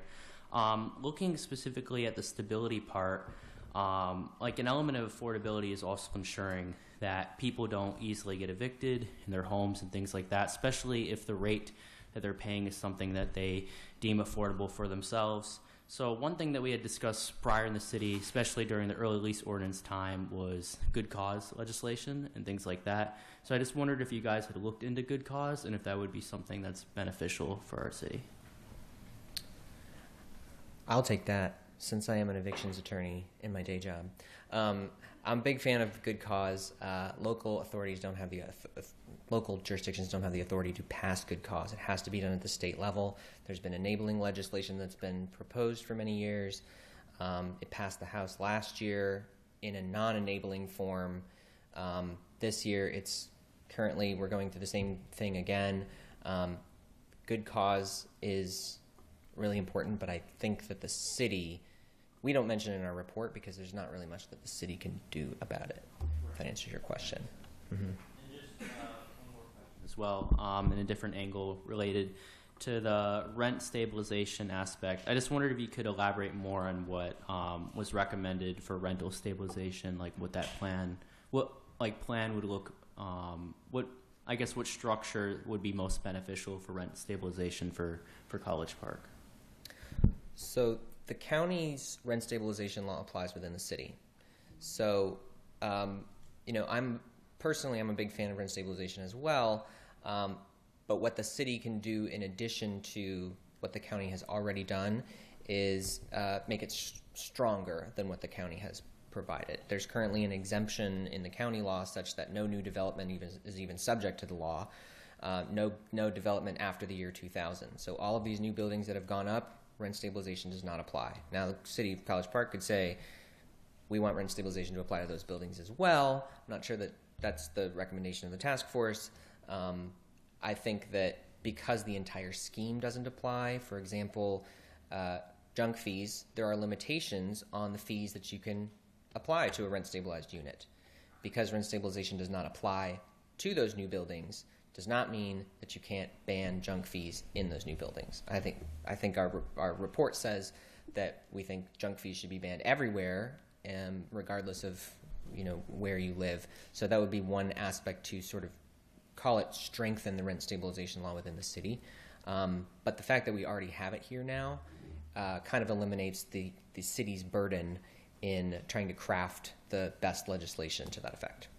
Yeah, I just wanted to do a quick comment on that. Like, I agree with the junk fees. I know our city have talked about support for House Bill 80, which is related to, in Annapolis, which is related to banning or disclosure of the junk fees. But yeah, I know, especially like with speaking to students who've been concerned with the rising price of rent, especially in the apartment buildings that have been exempt from the rent control policy of the county. I appreciate the clarification on that. This is something just to consider going forward. So thank you. Thank you. I just before I go to other council colleagues, the city of College Park did rent stabilization, rent control, otherwise they call it, many years ago. I think many of you probably know, back in 2007, Mr. Catlin probably tell, and it's a long story. And in the end, they put a sunset on it. And part of the challenges the city had, because the county did not have the law they currently have, is to enforce the law. Our code enforcement had a lot of resource issue in enforcing it. But there are other issues. But in the end, long story short, the council at that time, I believe in early 2012 or 14, 2009, but it started. But in the end, in 2014, probably the council decided to sunset it, and then it ended the program. All right, thank you. I see. My apologies. Who was the first? Councilmember Hernandez, and then Mayor Pro Tem Mackey, and then Councilmember Mitchell. Mayor is Councilman Hernandez, Councilman Ranker, Mayor Okay. Pro Tem Mackey, then myself. Thank you. Councilman Hernandez. And the folks here too. I want to thank you all for the very thorough and very just hard work done here. I remember when these conversations first began from council, there was a lot of interest, and as you can tell, continued interest. I've been very concerned about the large number of luxury student apartments, 16, soon to be 18, in College Park. One, like removing the only existing condo that we have here in College Park, right? Obviously, we would all be interested in trying to fight, to negotiate additional affordable units. We try our best. Our limitations are pretty tied when it comes to the land use authority and like really trying to negotiate a solution when a developer comes. As you all know, and this is more for the residents' sakes, we don't have that that main leverage that we need in order to be able to encourage private development to expand or like make more spaces for folks. My comment really is on ADUs. I saw that if the county pushed it, that it's basically on the city to make a recommendation. This conversation probably happened before I was on council, but here are my concerns. I just want to make sure that everyone here on council knows, right? We should be planning to figure out how to do this very strategically. If we start allowing ADUs, I think that we need to have a very deliberative conversation about what that will look like. because if we all of a sudden have multiple multiple dwelling units on a property, the demand on our city services is going to increase, right? So it would be probably very strategic of us to have a discussion in the near future, if this does end up rolling out, to be able to make sure that we have the proper infrastructure in place in order to, capture this additional revenue source that probably exists, so that we can fund the city services that are going to be used here. Everything from trash to parking. I mean, there's so many different resources that are going to be used. I just think that we need to be able to do that in a calm conversation, because if not, everyone's going to have like a rush to build out their ADUs. I do know that obviously there are many ADUs built throughout the city and the county that are not built up to code, right? Just because it's affordable doesn't mean it's safe, right? I have a huge concern with tenant safety. It would be ideal for us to be concerned about there just being five students, unrelated students living in one unit and 5 living in another unit. The reality is likely going to be a lot more individuals living in those units. So it's a difficult conversation, but I want to make sure that, like I made the comment here, while we're receiving these recommendations, because I do believe that ADUs are a solution to help address the affordable housing concern, but we really need to think about it as a council as to what we're going to allow here in the city. Robert and Davina were our experts on the ADUs. Thank you for the comment. I do agree, but I would also say that the county is working on some legislation that will address a lot of the needs. And a lot of the concerns that you speak of really are happening today. They just don't have a house in the back that it's occurring in. So as far as the enforcement piece of it and things like that, those are things that really should be happening today in preparation for it, but also in realization of what's going on today. I will say that the county is right now discussing a 2-person limit in an ADU. And it also, the thing for the city to be prepared for, and something that we didn't really feel comfortable about as a committee to present, but the state and the county is saying it's going to be a by right. So it's going to be, and I don't think that should scare you, because there's still a process that you'll have to go through. You'll still have to go through, and one of the things that we say is a difficulty for development now may work in our favor, because they're still going to have to go through DPOT to get their funding. So that will be an issue. But also, again, going back to the enforcement, because the thing to be concerned about, and I don't know that there's a lot that happens in College Park, but there will be a grandfathering in for existing ADUs as well. Thank you. Thank you. That's helpful to know. I think, even just as a landlord myself, like it would be important for us to consider potentially a differential tax rate for properties being used as commercial investments, right? I say that knowing I'd pay more. Thank you. We can probably work with the county leadership who are actually doing this legislation and try to find out more information. Probably a staff can find out. Mr. Nunes? I stand by your wisdom, Councilmember Hernandez. Let me also add, my thought on this is that you can staff the city of College Park with 1,000 more code officers. That isn't going to necessarily solve the problem, because the code officers are relegated to the Plainview doctrine. So what they need, and I think why public services, not just ours, but most code enforcement departments are bewildered right now, is they don't have guidelines as to how they can go beyond what they see. So the only way that you can really see that something's going on in the backyard is if someone snitches, or if you're an invitee based on an inspection. So I think right now everyone is still waiting on guidance from the county, state level as far as how this is going to work. because I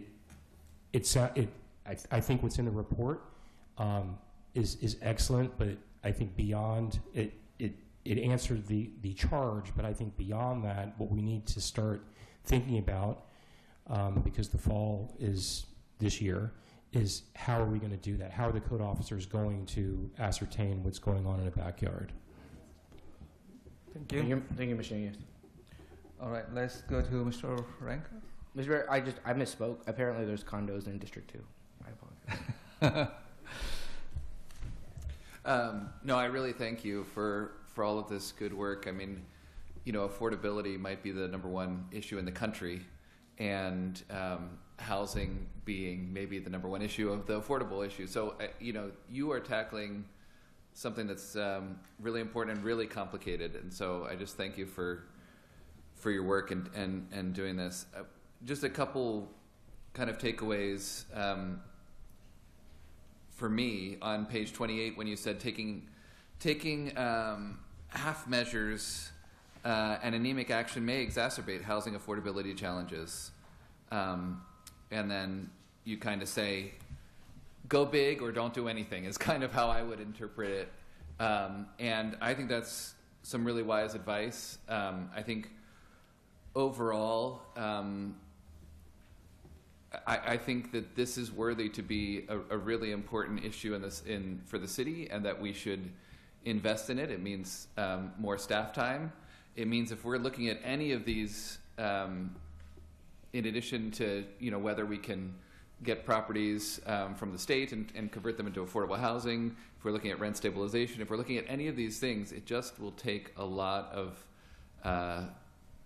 people resources, especially, and other kinds of resources. So count me as somebody who strongly supports bumping that up in our priorities as a city and investing in that. I guess, I think a big question throughout this too is what tools do we as a city have to our disposal? I also took away don't be a bubble. And I think I was just talking with Councilmember Mitchell about COG and maybe 4 cities and maybe a burgeoning Route 1 coalition, just ways we can work within our region here. I couldn't support more the prohibiting junk fees. I think that's something maybe that we can even get going on the way. But a lot of these things, I just think we really need to be strategic about and figure out how we're going to tackle it and how much, really have that discussion about how much resources we're willing to put into this, and to think about that kind of place that we want to be in 10 years, because we got to start that, yesterday, right? And just to echo Councilmember Hernandez on the ADUs, I've heard about places like San Jose, California, who, legally, allowed ADUs, but even with that provision, you still had, was it 3-to-1, 3 ADUs that were built illegally or without permits, et cetera, for everyone that was. And so I would echo that question of, do we need 1,000 code enforcement officers? Well, we can't do it anyway. How do we make sure, if we're going to open this floodgate, that we have, and I do think this is another example, depending on how the county goes, that we strategically as a city might be able to offer to alleviate DPI's, by getting our zoning rights for ourselves. Thank you. That I take as a comment. Thank you. Yeah. I think there are some things that the city can do, to alleviate the problem of, especially renting.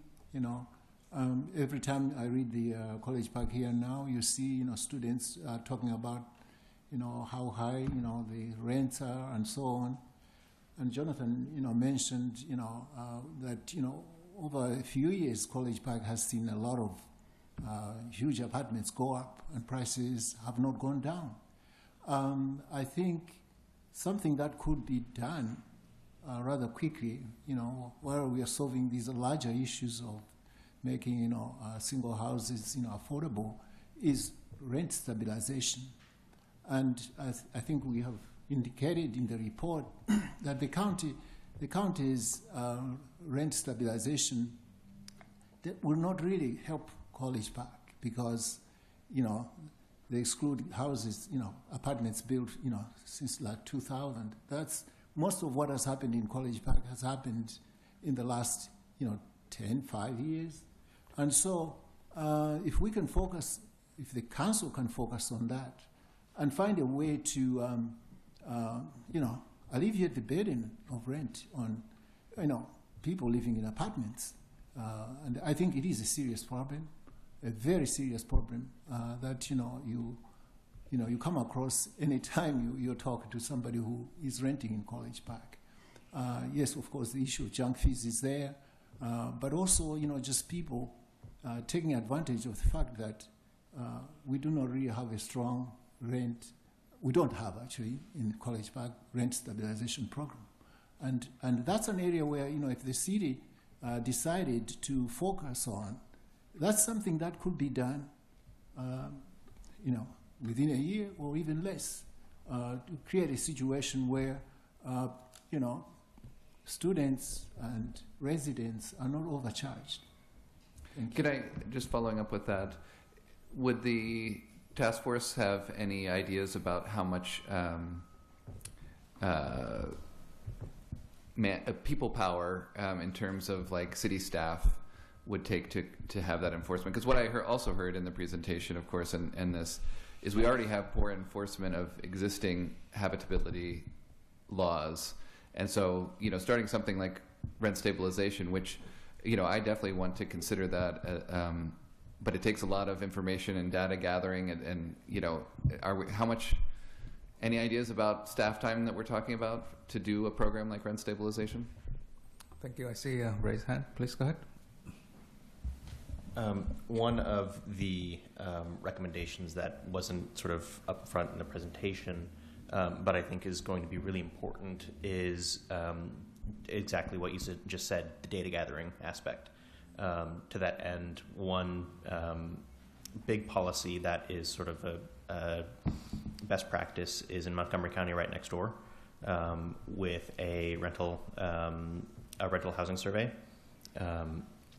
It serves as a data gathering tool, just requiring renters of a certain size to provide specific data. So things like rents per units, select demographic data, the things that would enable the staff to make the decisions, the more informed decisions rather, on what policies need to be pursued, as well as helping to establish patterns of rental behavior, because there are concerns about the state of sort of larger corporate landlords and sort of multifamily developments, and how the state of rents might be reflective of different sort of market conditions. Having the data behind a rental survey, a required rental survey, so requiring landlords to provide certain information, I think helps to bridge that gap.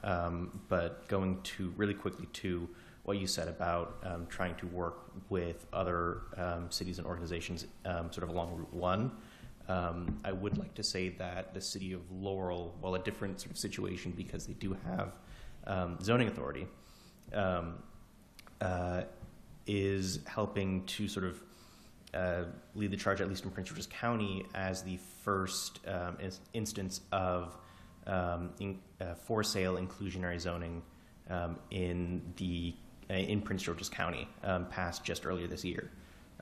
So it may be a situation where College Park, Beltsville, Greenbelt, Laurel, and other sort of municipalities may end up having or being in the position where sort of at the municipal level can lead the charge on this, and then sort of bring the county up to speed by sort of leading from example in that regard.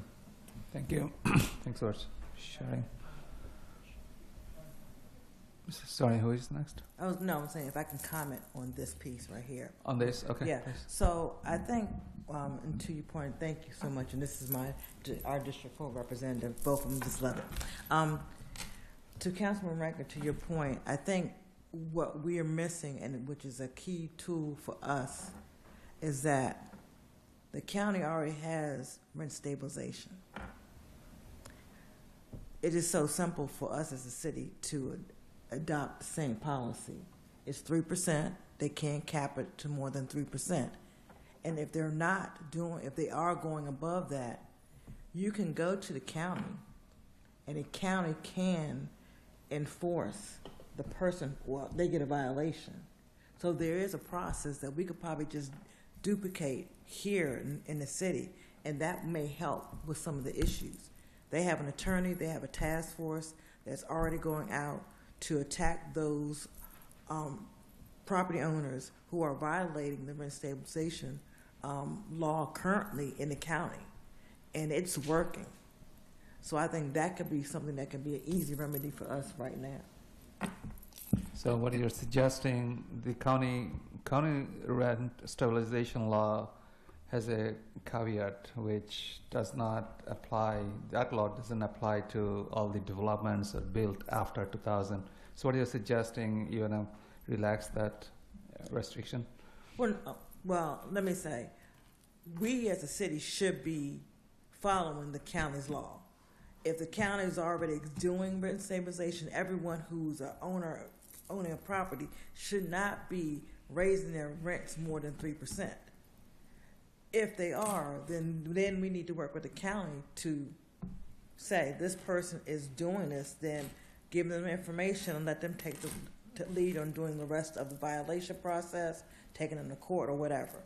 But I think that may be an easy, low-hanging fruit that we can try to solve very easy. Yeah, we can certainly copy their laws. The reason that doesn't apply to us because that law doesn't allow any development which are built after 2000. That law doesn't apply. Can I just ask, Connor? You used the term for sale inclusionary zoning. Is that what was talked about earlier in terms of once the 30 years are up on affordable housing, that the first point of sale would bring some money back? Is that what when you said for sale inclusionary zoning that Laurel's doing? Yeah. So Laurel is enacting a for sale inclusionary zoning program. So all developments above a certain number of houses are required by law to have 8% of those units be available 30% below the market rate of the smallest comparable units in those developments. So like, for example, if it's a $500,000 or if it's the average or the market rate units are $500,000, 8% of that, of course rounding to a full house, a full unit would have to be at $350,000. Thank you. Yeah, because Does that answer your question? They have zoning authority, and unfortunately, they don't have. Thank you. Let me see. I'm going to go quickly. Mackie, yep. And then. So I totally agree with my colleagues who have said that it's very important that we take this report and strategically plan for the future. There's no way that from tonight we can decide everything that we're going to do. We need to have our front burner things, our mid burner things, our back burner things, and I think it's really important too that we don't reinvent the wheel. We have a land trust. It might need some tweaking and some changes. I think that it's very important that we solidify our ADUs and work. One of the things that has always concerned me, and my neighbor mentioned it, is that how do we encourage people to buy homes? And we have our grant system, the CP Cup system and the city system, but are there other ways? Because what's happening, and he can say from in our neighborhood, that a lot of developers are coming, not developers, I guess, investors is the best word.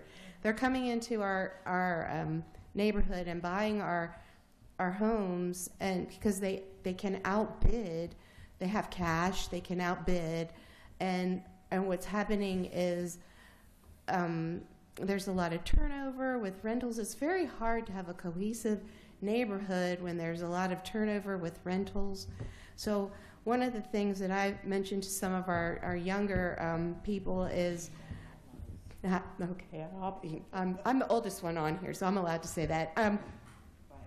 Yeah, by age. But is that, helping people get into houses and like ideas like one of the things that my husband and I did was we did a lease to purchase, and those kind of things that we need to, as a city, be developing methodologies to not only help people that are living in apartments, which of course that's very important, but also getting people into homes and so that we can have community, because it's very hard to have community when there's a lot of big turnovers.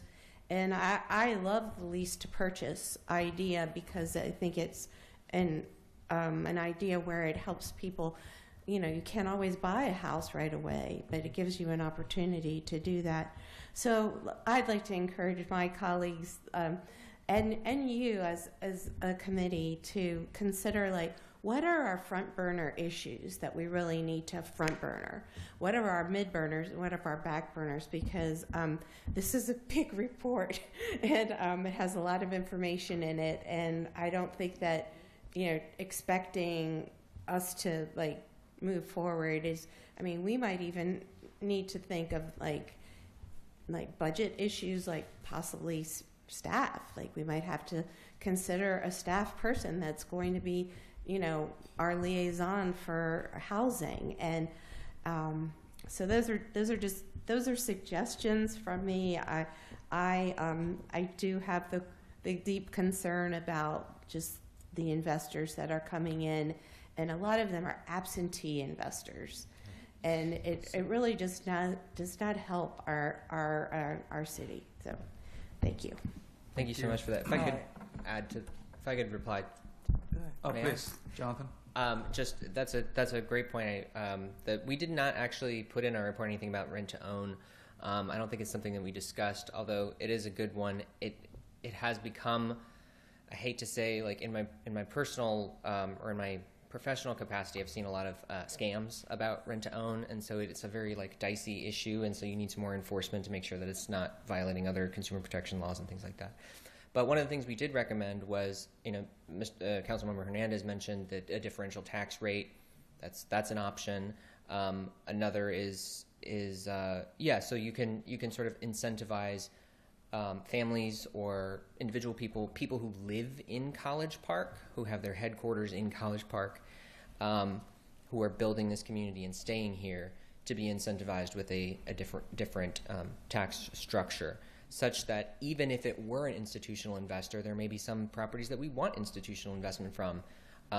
If they're based here in College Park, I think there's less of a concern than being an absentee, because then they're still accountable to, this council, things like that. Thank you. So yes, good point. Appreciate that. Thank you, Mr. Ms. Mayor. Mitchell? Thank you for your report. Everyone said some very good comments, and I do believe we need to go in phases. And for me, I go to the back to the front, and that's policies. We need to have some strength in our policies in order for us to start talking about what do we want. We can talk about ADUs, we can talk about all that, but if we don't have policies for enforcement, if we don't have policies in regards to how are we going to do rent stabilization, the process, how are we going to work with the county, it's not going to do us any good as a body, because we're going to keep talking about this in 26, 27, and 28. So I would like for us as a council to look at, when we talk about, I'm going to say stability, policies to present so we can start expanding to supply and subsidy. And I'm just, again, rent stabilization, how do we work with the county, how do we work with our external stakeholders for them to understand why we're looking at affordable housing.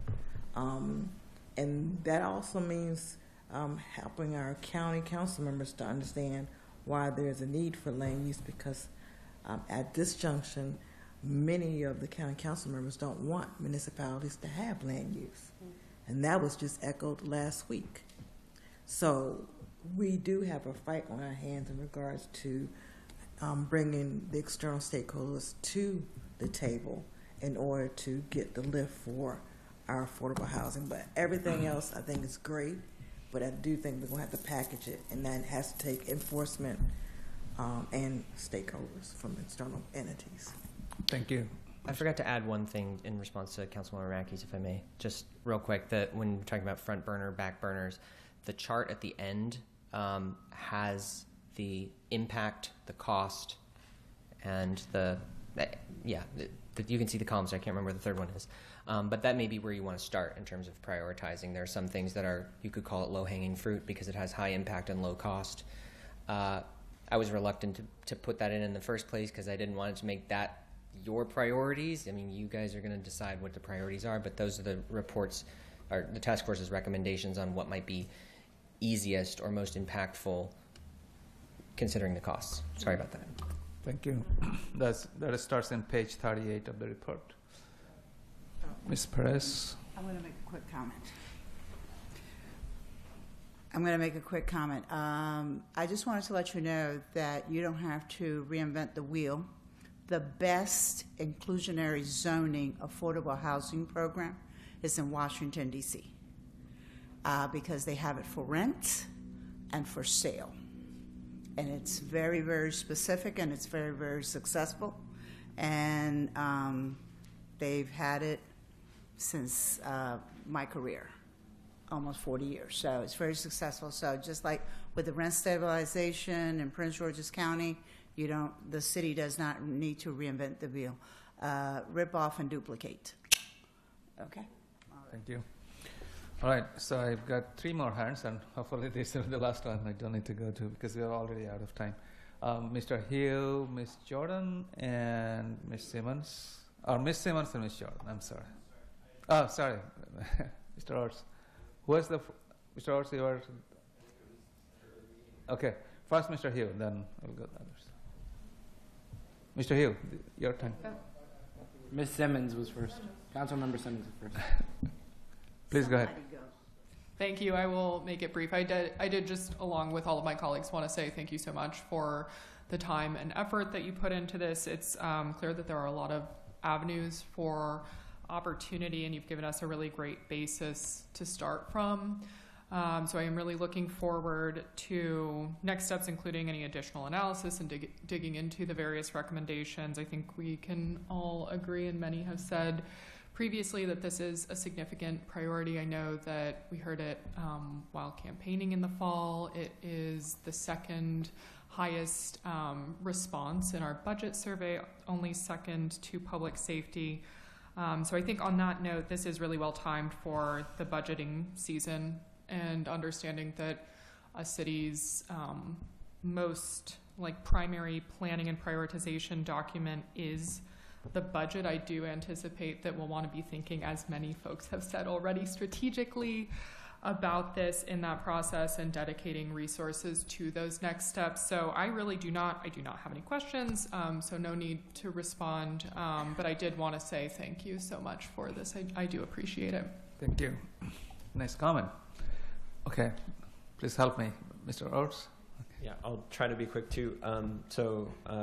Similarly, I think there's a lot of great data and ideas, and some ideas maybe I don't like, but maybe you didn't recommend them. So, but really appreciate the work that you all put in, and the product that you've brought to us. I think there's a lot for us to work on. Obviously, I think I just wanted to foot stomp a few things, including helping us better understand our existing and future housing stock.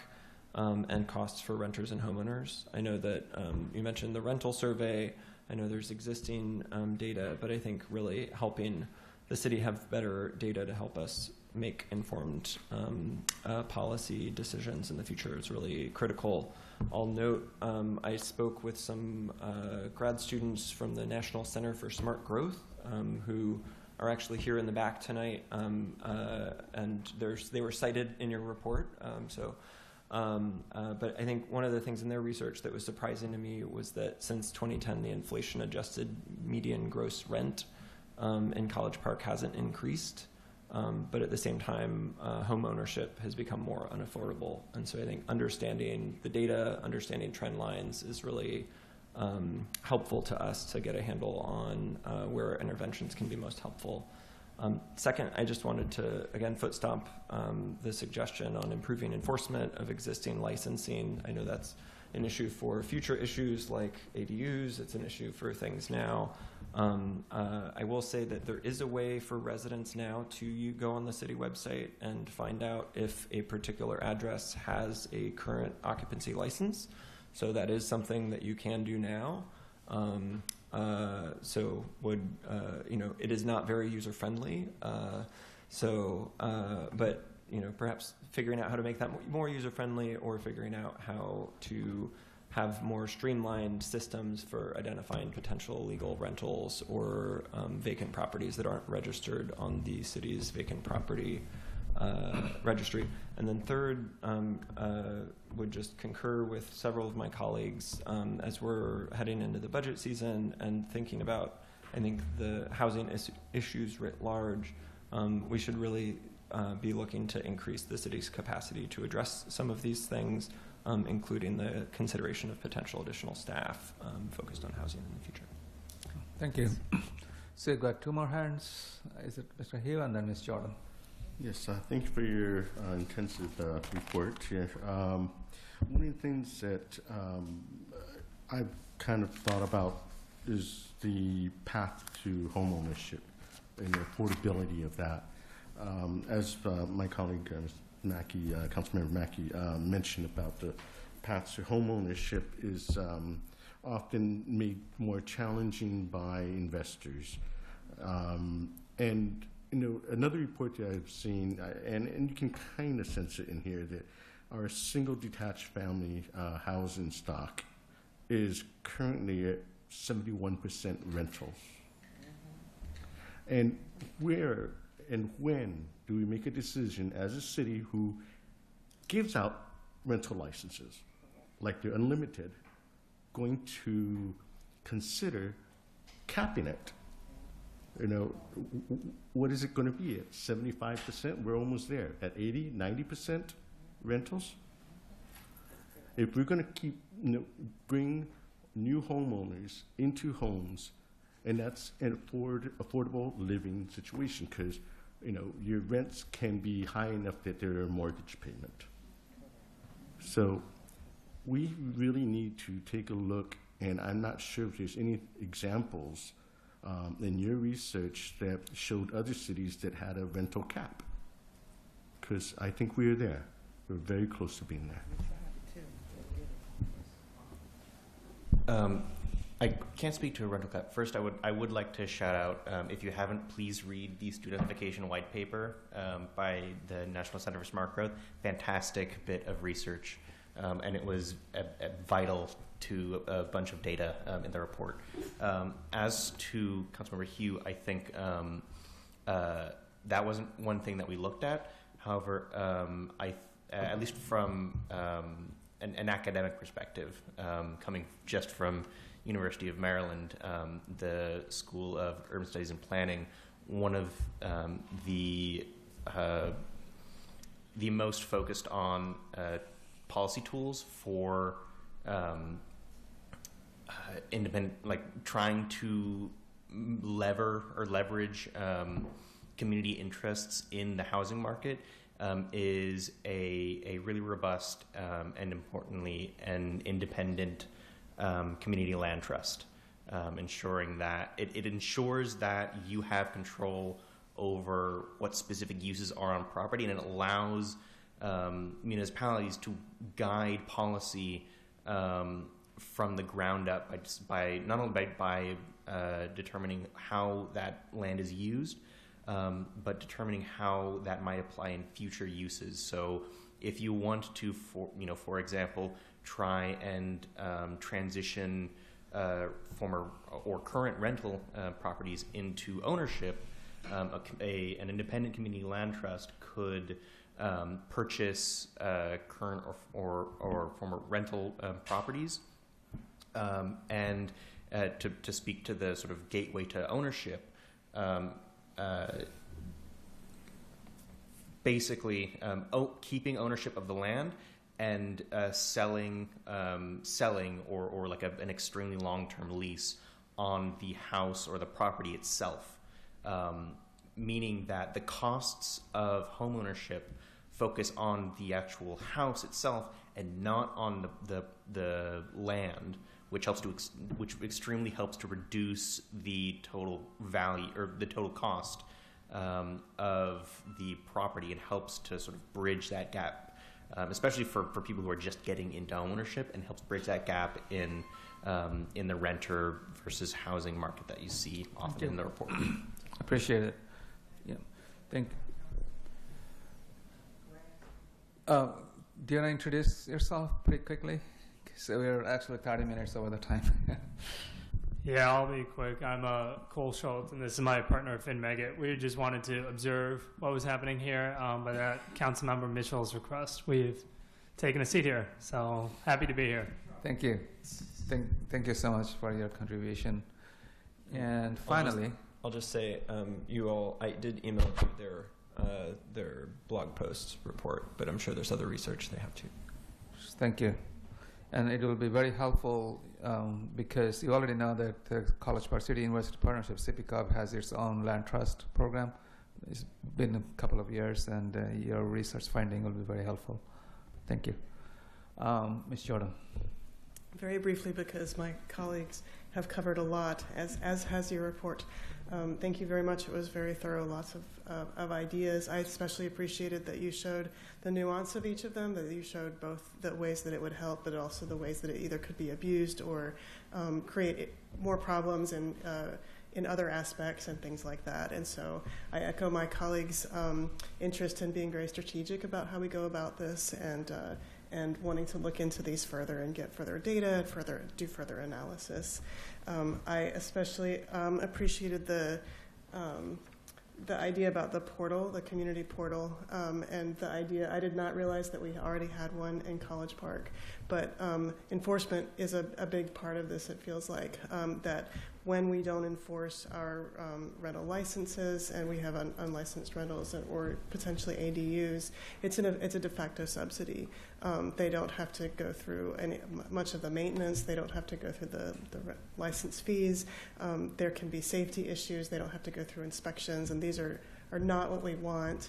So I'll be interested in the future to hear from staff about ways that we can increase enforcement, and perhaps if we can publicize the portal or list, then we can encourage the community to understand what our regulations are, so that they can notify us if they see obvious violations. Thank you again, and I think that the task force has done a wonderful job, and I don't have any other issues that I would like for them to do in a continual way. I think that this is something that the council and staff will be able to work out. Thank you.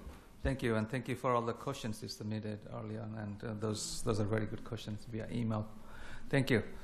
Mr. Nunes? Yeah, I'm sorry. As a postscript to Councilmember Hughes' comment, there is a way to address the rental cap issue. I think the only thing in the future when we do discuss it is to definitely do some work on understanding the legal constitutionality of the issue, in that you can do it, but we're going to have to be careful as to what the scope is, so that we're not violating any sort of equal protection issues. So that was actually spelled out in Nate Foreman's response to me when the question was posed. So I think it's an excellent question and something that we can address, but we're going to have to be very careful as to how we define it. So thank you. Thank you. So that's all we have. So hold on. So staff has asked us to accept this report, and it doesn't need any motion or anything like that. It's just a informal acceptance. Basically what we are stating, that the council accepts the report submitted by the Affordable Housing Task Force, thanks the task force for their service, and formally discharges the task force from further service. Discharging question to staff. Discharging the task force, does it need an action? Council action? Doesn't? No, but we do want to let them know if they're discharged or if they could continue with a new task. What does the council think? Do you think the council needs to give additional charges to the task force to work on further? Probably not. No, this is just me. I don't think we need to discharge the committee just yet. Okay. I think as a body, we need to digest the report and then come back to talk about the next steps and what we would like the committee to do. Yep. We are far from discharging them. We're just getting started. The flame hasn't turned up high enough yet. But no, they've done a great job. I just think we need to collectively figure out what we want to do. If there are budget implications for this year that we want to implement, we need to talk about not yet. Yeah, I was just going to add, so this was our work session. They've presented. I think it is appropriate to discuss next steps at the work session, but I think in terms of formal discharging and adopting anything that's in the report, we should do that at a council meeting. Council regular meeting? Mm-hmm. Okay. But I do agree with everyone that this is just a start. And I know staff, Mr. Nunes and others, you're taking notes and we're reviewing the video, the discussion. And based on tonight's discussion, and I'm sure the council will be giving you more input based on the recommendations at the end of the report. And based on that, maybe staff can get back to us with the future work sessions. What you think? What you have heard from the council, and then we go from there. I see a couple of hands, new hands. Simmons. I was just curious, question for staff. I did see that we had a recommendation regarding council options. I was wondering if staff could provide an overview of their thinking in terms of discharging the task force or not, and where to go from there. I'm sorry to answer your question with a question. So my understanding coming into this was that we were going to discharge the current committee from the charges that were assigned. And would it be appropriate to have subcommittees assigned after the discharge, or we continue with the same committee based on, I don't know. I don't think the council. And actually, I'm sorry, if I could just add something. What's that? Go ahead, Miriam. Oh, okay. Can you hear me? Ms. Bader. Sorry. Yeah. Sorry. So I wrote the memo. What I was thinking is that, we set up the Affordable Housing Committee, and they did an awesome job, and we met every 2 weeks. So I think at this point that it needs to just stay with council, and council can digest it and work with staff, and give guidance to staff, like we'd like to have a discussion on accessory dwelling units or whatever, but to keep the committee going, and they're just sort of floating by, and when are they going to have a meeting, when are they not? I mean, they were setting aside time every 2 weeks to come. So that's why I thought it was the appropriate time to say, you all did a fantastic job. You did the 5 charges. And right now we're just going to take it, the city council will take it under discussion, under advisement, and we'll work with staff and see where we want to go forward. Thank you. That makes sense, and I was thinking the same thing. So let's give more input. Sorry. Oh, I also had my hand raised. Just to note, I think I had a similar view, and again, appreciate the work that you all have done. I think in the actual resolution that was passed, creating the group, it ends with submission of a final report with findings and recommendations. I know it's a little after December. We appreciate you getting it into us, but I think if, at this point, from my understanding, we have received that report. If there's some other action that we want, like, I don't even know that a discharge is needed. I defer to our lawyer and other people on those kinds of things. We can figure that out later. But like the resolution that was passed a few years ago was, I think that they have sufficiently completed that work.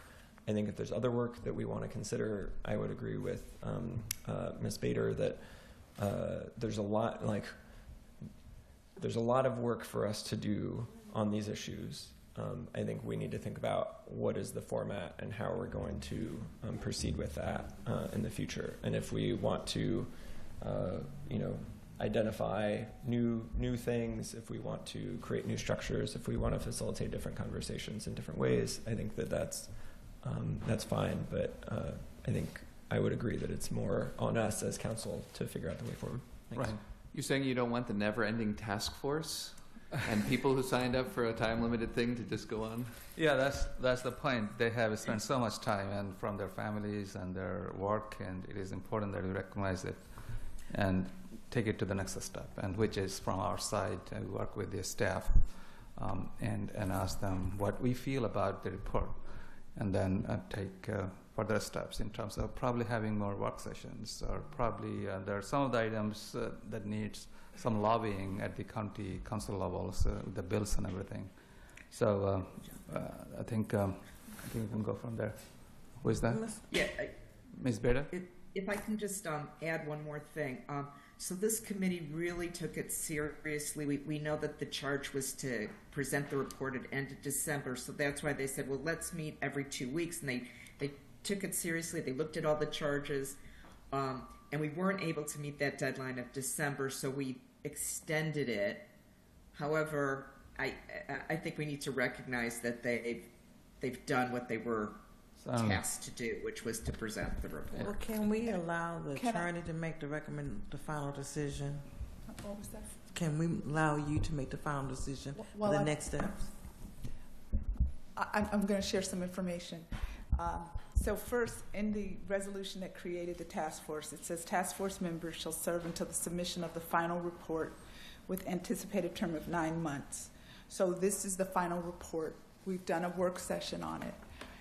There was a recommendation about whether are we ready to accept the report, and that's something that the council needs to decide. I think there's a consensus to accept it as is. Okay, and so if we're accepting it, then the task force would just dissolve on its own, is an argument that... It doesn't need any council action? It doesn't need any discharge. It will dissolve on its own. It's good. That's a big relief for all of you. You can sleep well. Can I ask for a point of... I will add that you could extend it if the council wanted, subject to extension.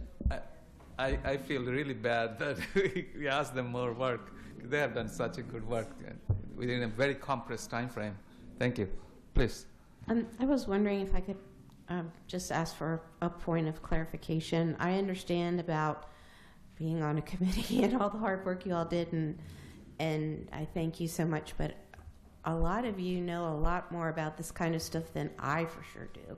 I'll be totally transparent before you. So I hope that you will be a resource to us because I mean, just like what Connor, if you don't mind me using your first name, was saying, you know, that was new territory for me. And Jonathan, how you answered all of the questions that were sent to you, I just really appreciated that. And I don't want to make you work more and meet every 2 weeks, but I do think that the council will need your expertise and your resource. So, although, you know, this report is very well, you know, very informative to us, you know, I'm loath to just break off everything with you. So I don't know if there's a way that we can still have some kind of a collaboration with you all. Thank you. We have one final comment from a member. I can respond. Actually, I was talking to Robert. We'd be happy to support a committee, a working group on ADUs to alleviate any concerns. I know we've been asked to present to the Senior Citizen Committee recently because they're very curious and supportive about it as well. So we're both available for any of that for the committee to support. Thank that. you. Sure. May I add? Please. I would like to add that even though you're accepting the report, I mean, the task force was a wonderful resource, and the council could always, call them back in, for further work sessions or if they need additional information. I don't know if that means, do you want to do a formal extension where it would be for like consultation? I mean, I just want to say that you don't, just because you disband them, there's some things in between that you could still want, because you're still digesting the report, and they're the group that put the report together. So it's this is the time to discuss what would help you achieve your goals. Mr. Hernandez? Can we let them go? And just dissolve the work. I'm sure they'll be available for us to talk to them in the future. But as the resolution says, they've turned in their report, they've done the work. I'm sure that our passionate residents who have volunteered their time will continue to be around and available for questions. I do like the ADU work session though, or group for future discussions, because that's going to require a much more in-depth conversation. Certainly, I'm sure they'll be available if we request them in the future. So I've been asked to take a group photo. Can I do that? We are just end of the meeting. Let's finish the meeting first. We've got only one item, which is the request for a status of future agenda items. I believe there is no other discussion on the Affordable Housing Task Force, right? I think. I want to make sure everybody accepted the report. I believe so. That was the option. Yeah, here you go. I see some head nods. Here you go. Everybody does. Right? Ms. Mitchell? Yes, you do accept the report, right? I accept. Mayor Pro Tem Mackey, you do? I'm okay with just charging them as long as they agree to be there for, consultation and stuff, because they all seem to be just, much more knowledgeable about these things than. Yeah, they're not leaving College Park. They love College Park, so we'll have them in the future. Thank you. I believe so.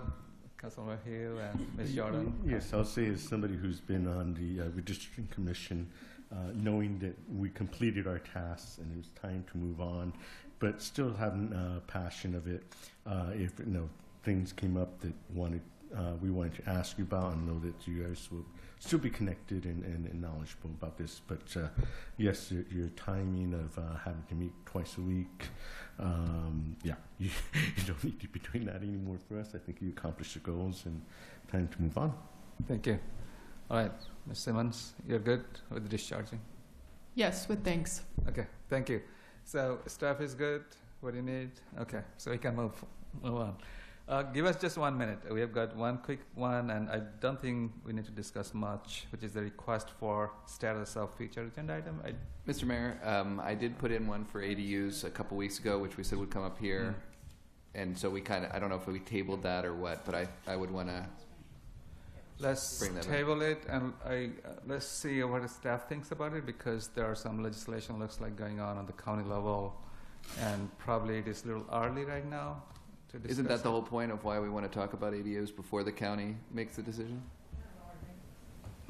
The county is. They need to do it by October, but they haven't we haven't had a chance to input anything as a city to the process. So we can add to the master list if that is okay, but then based on the situation at the county level, we can schedule it.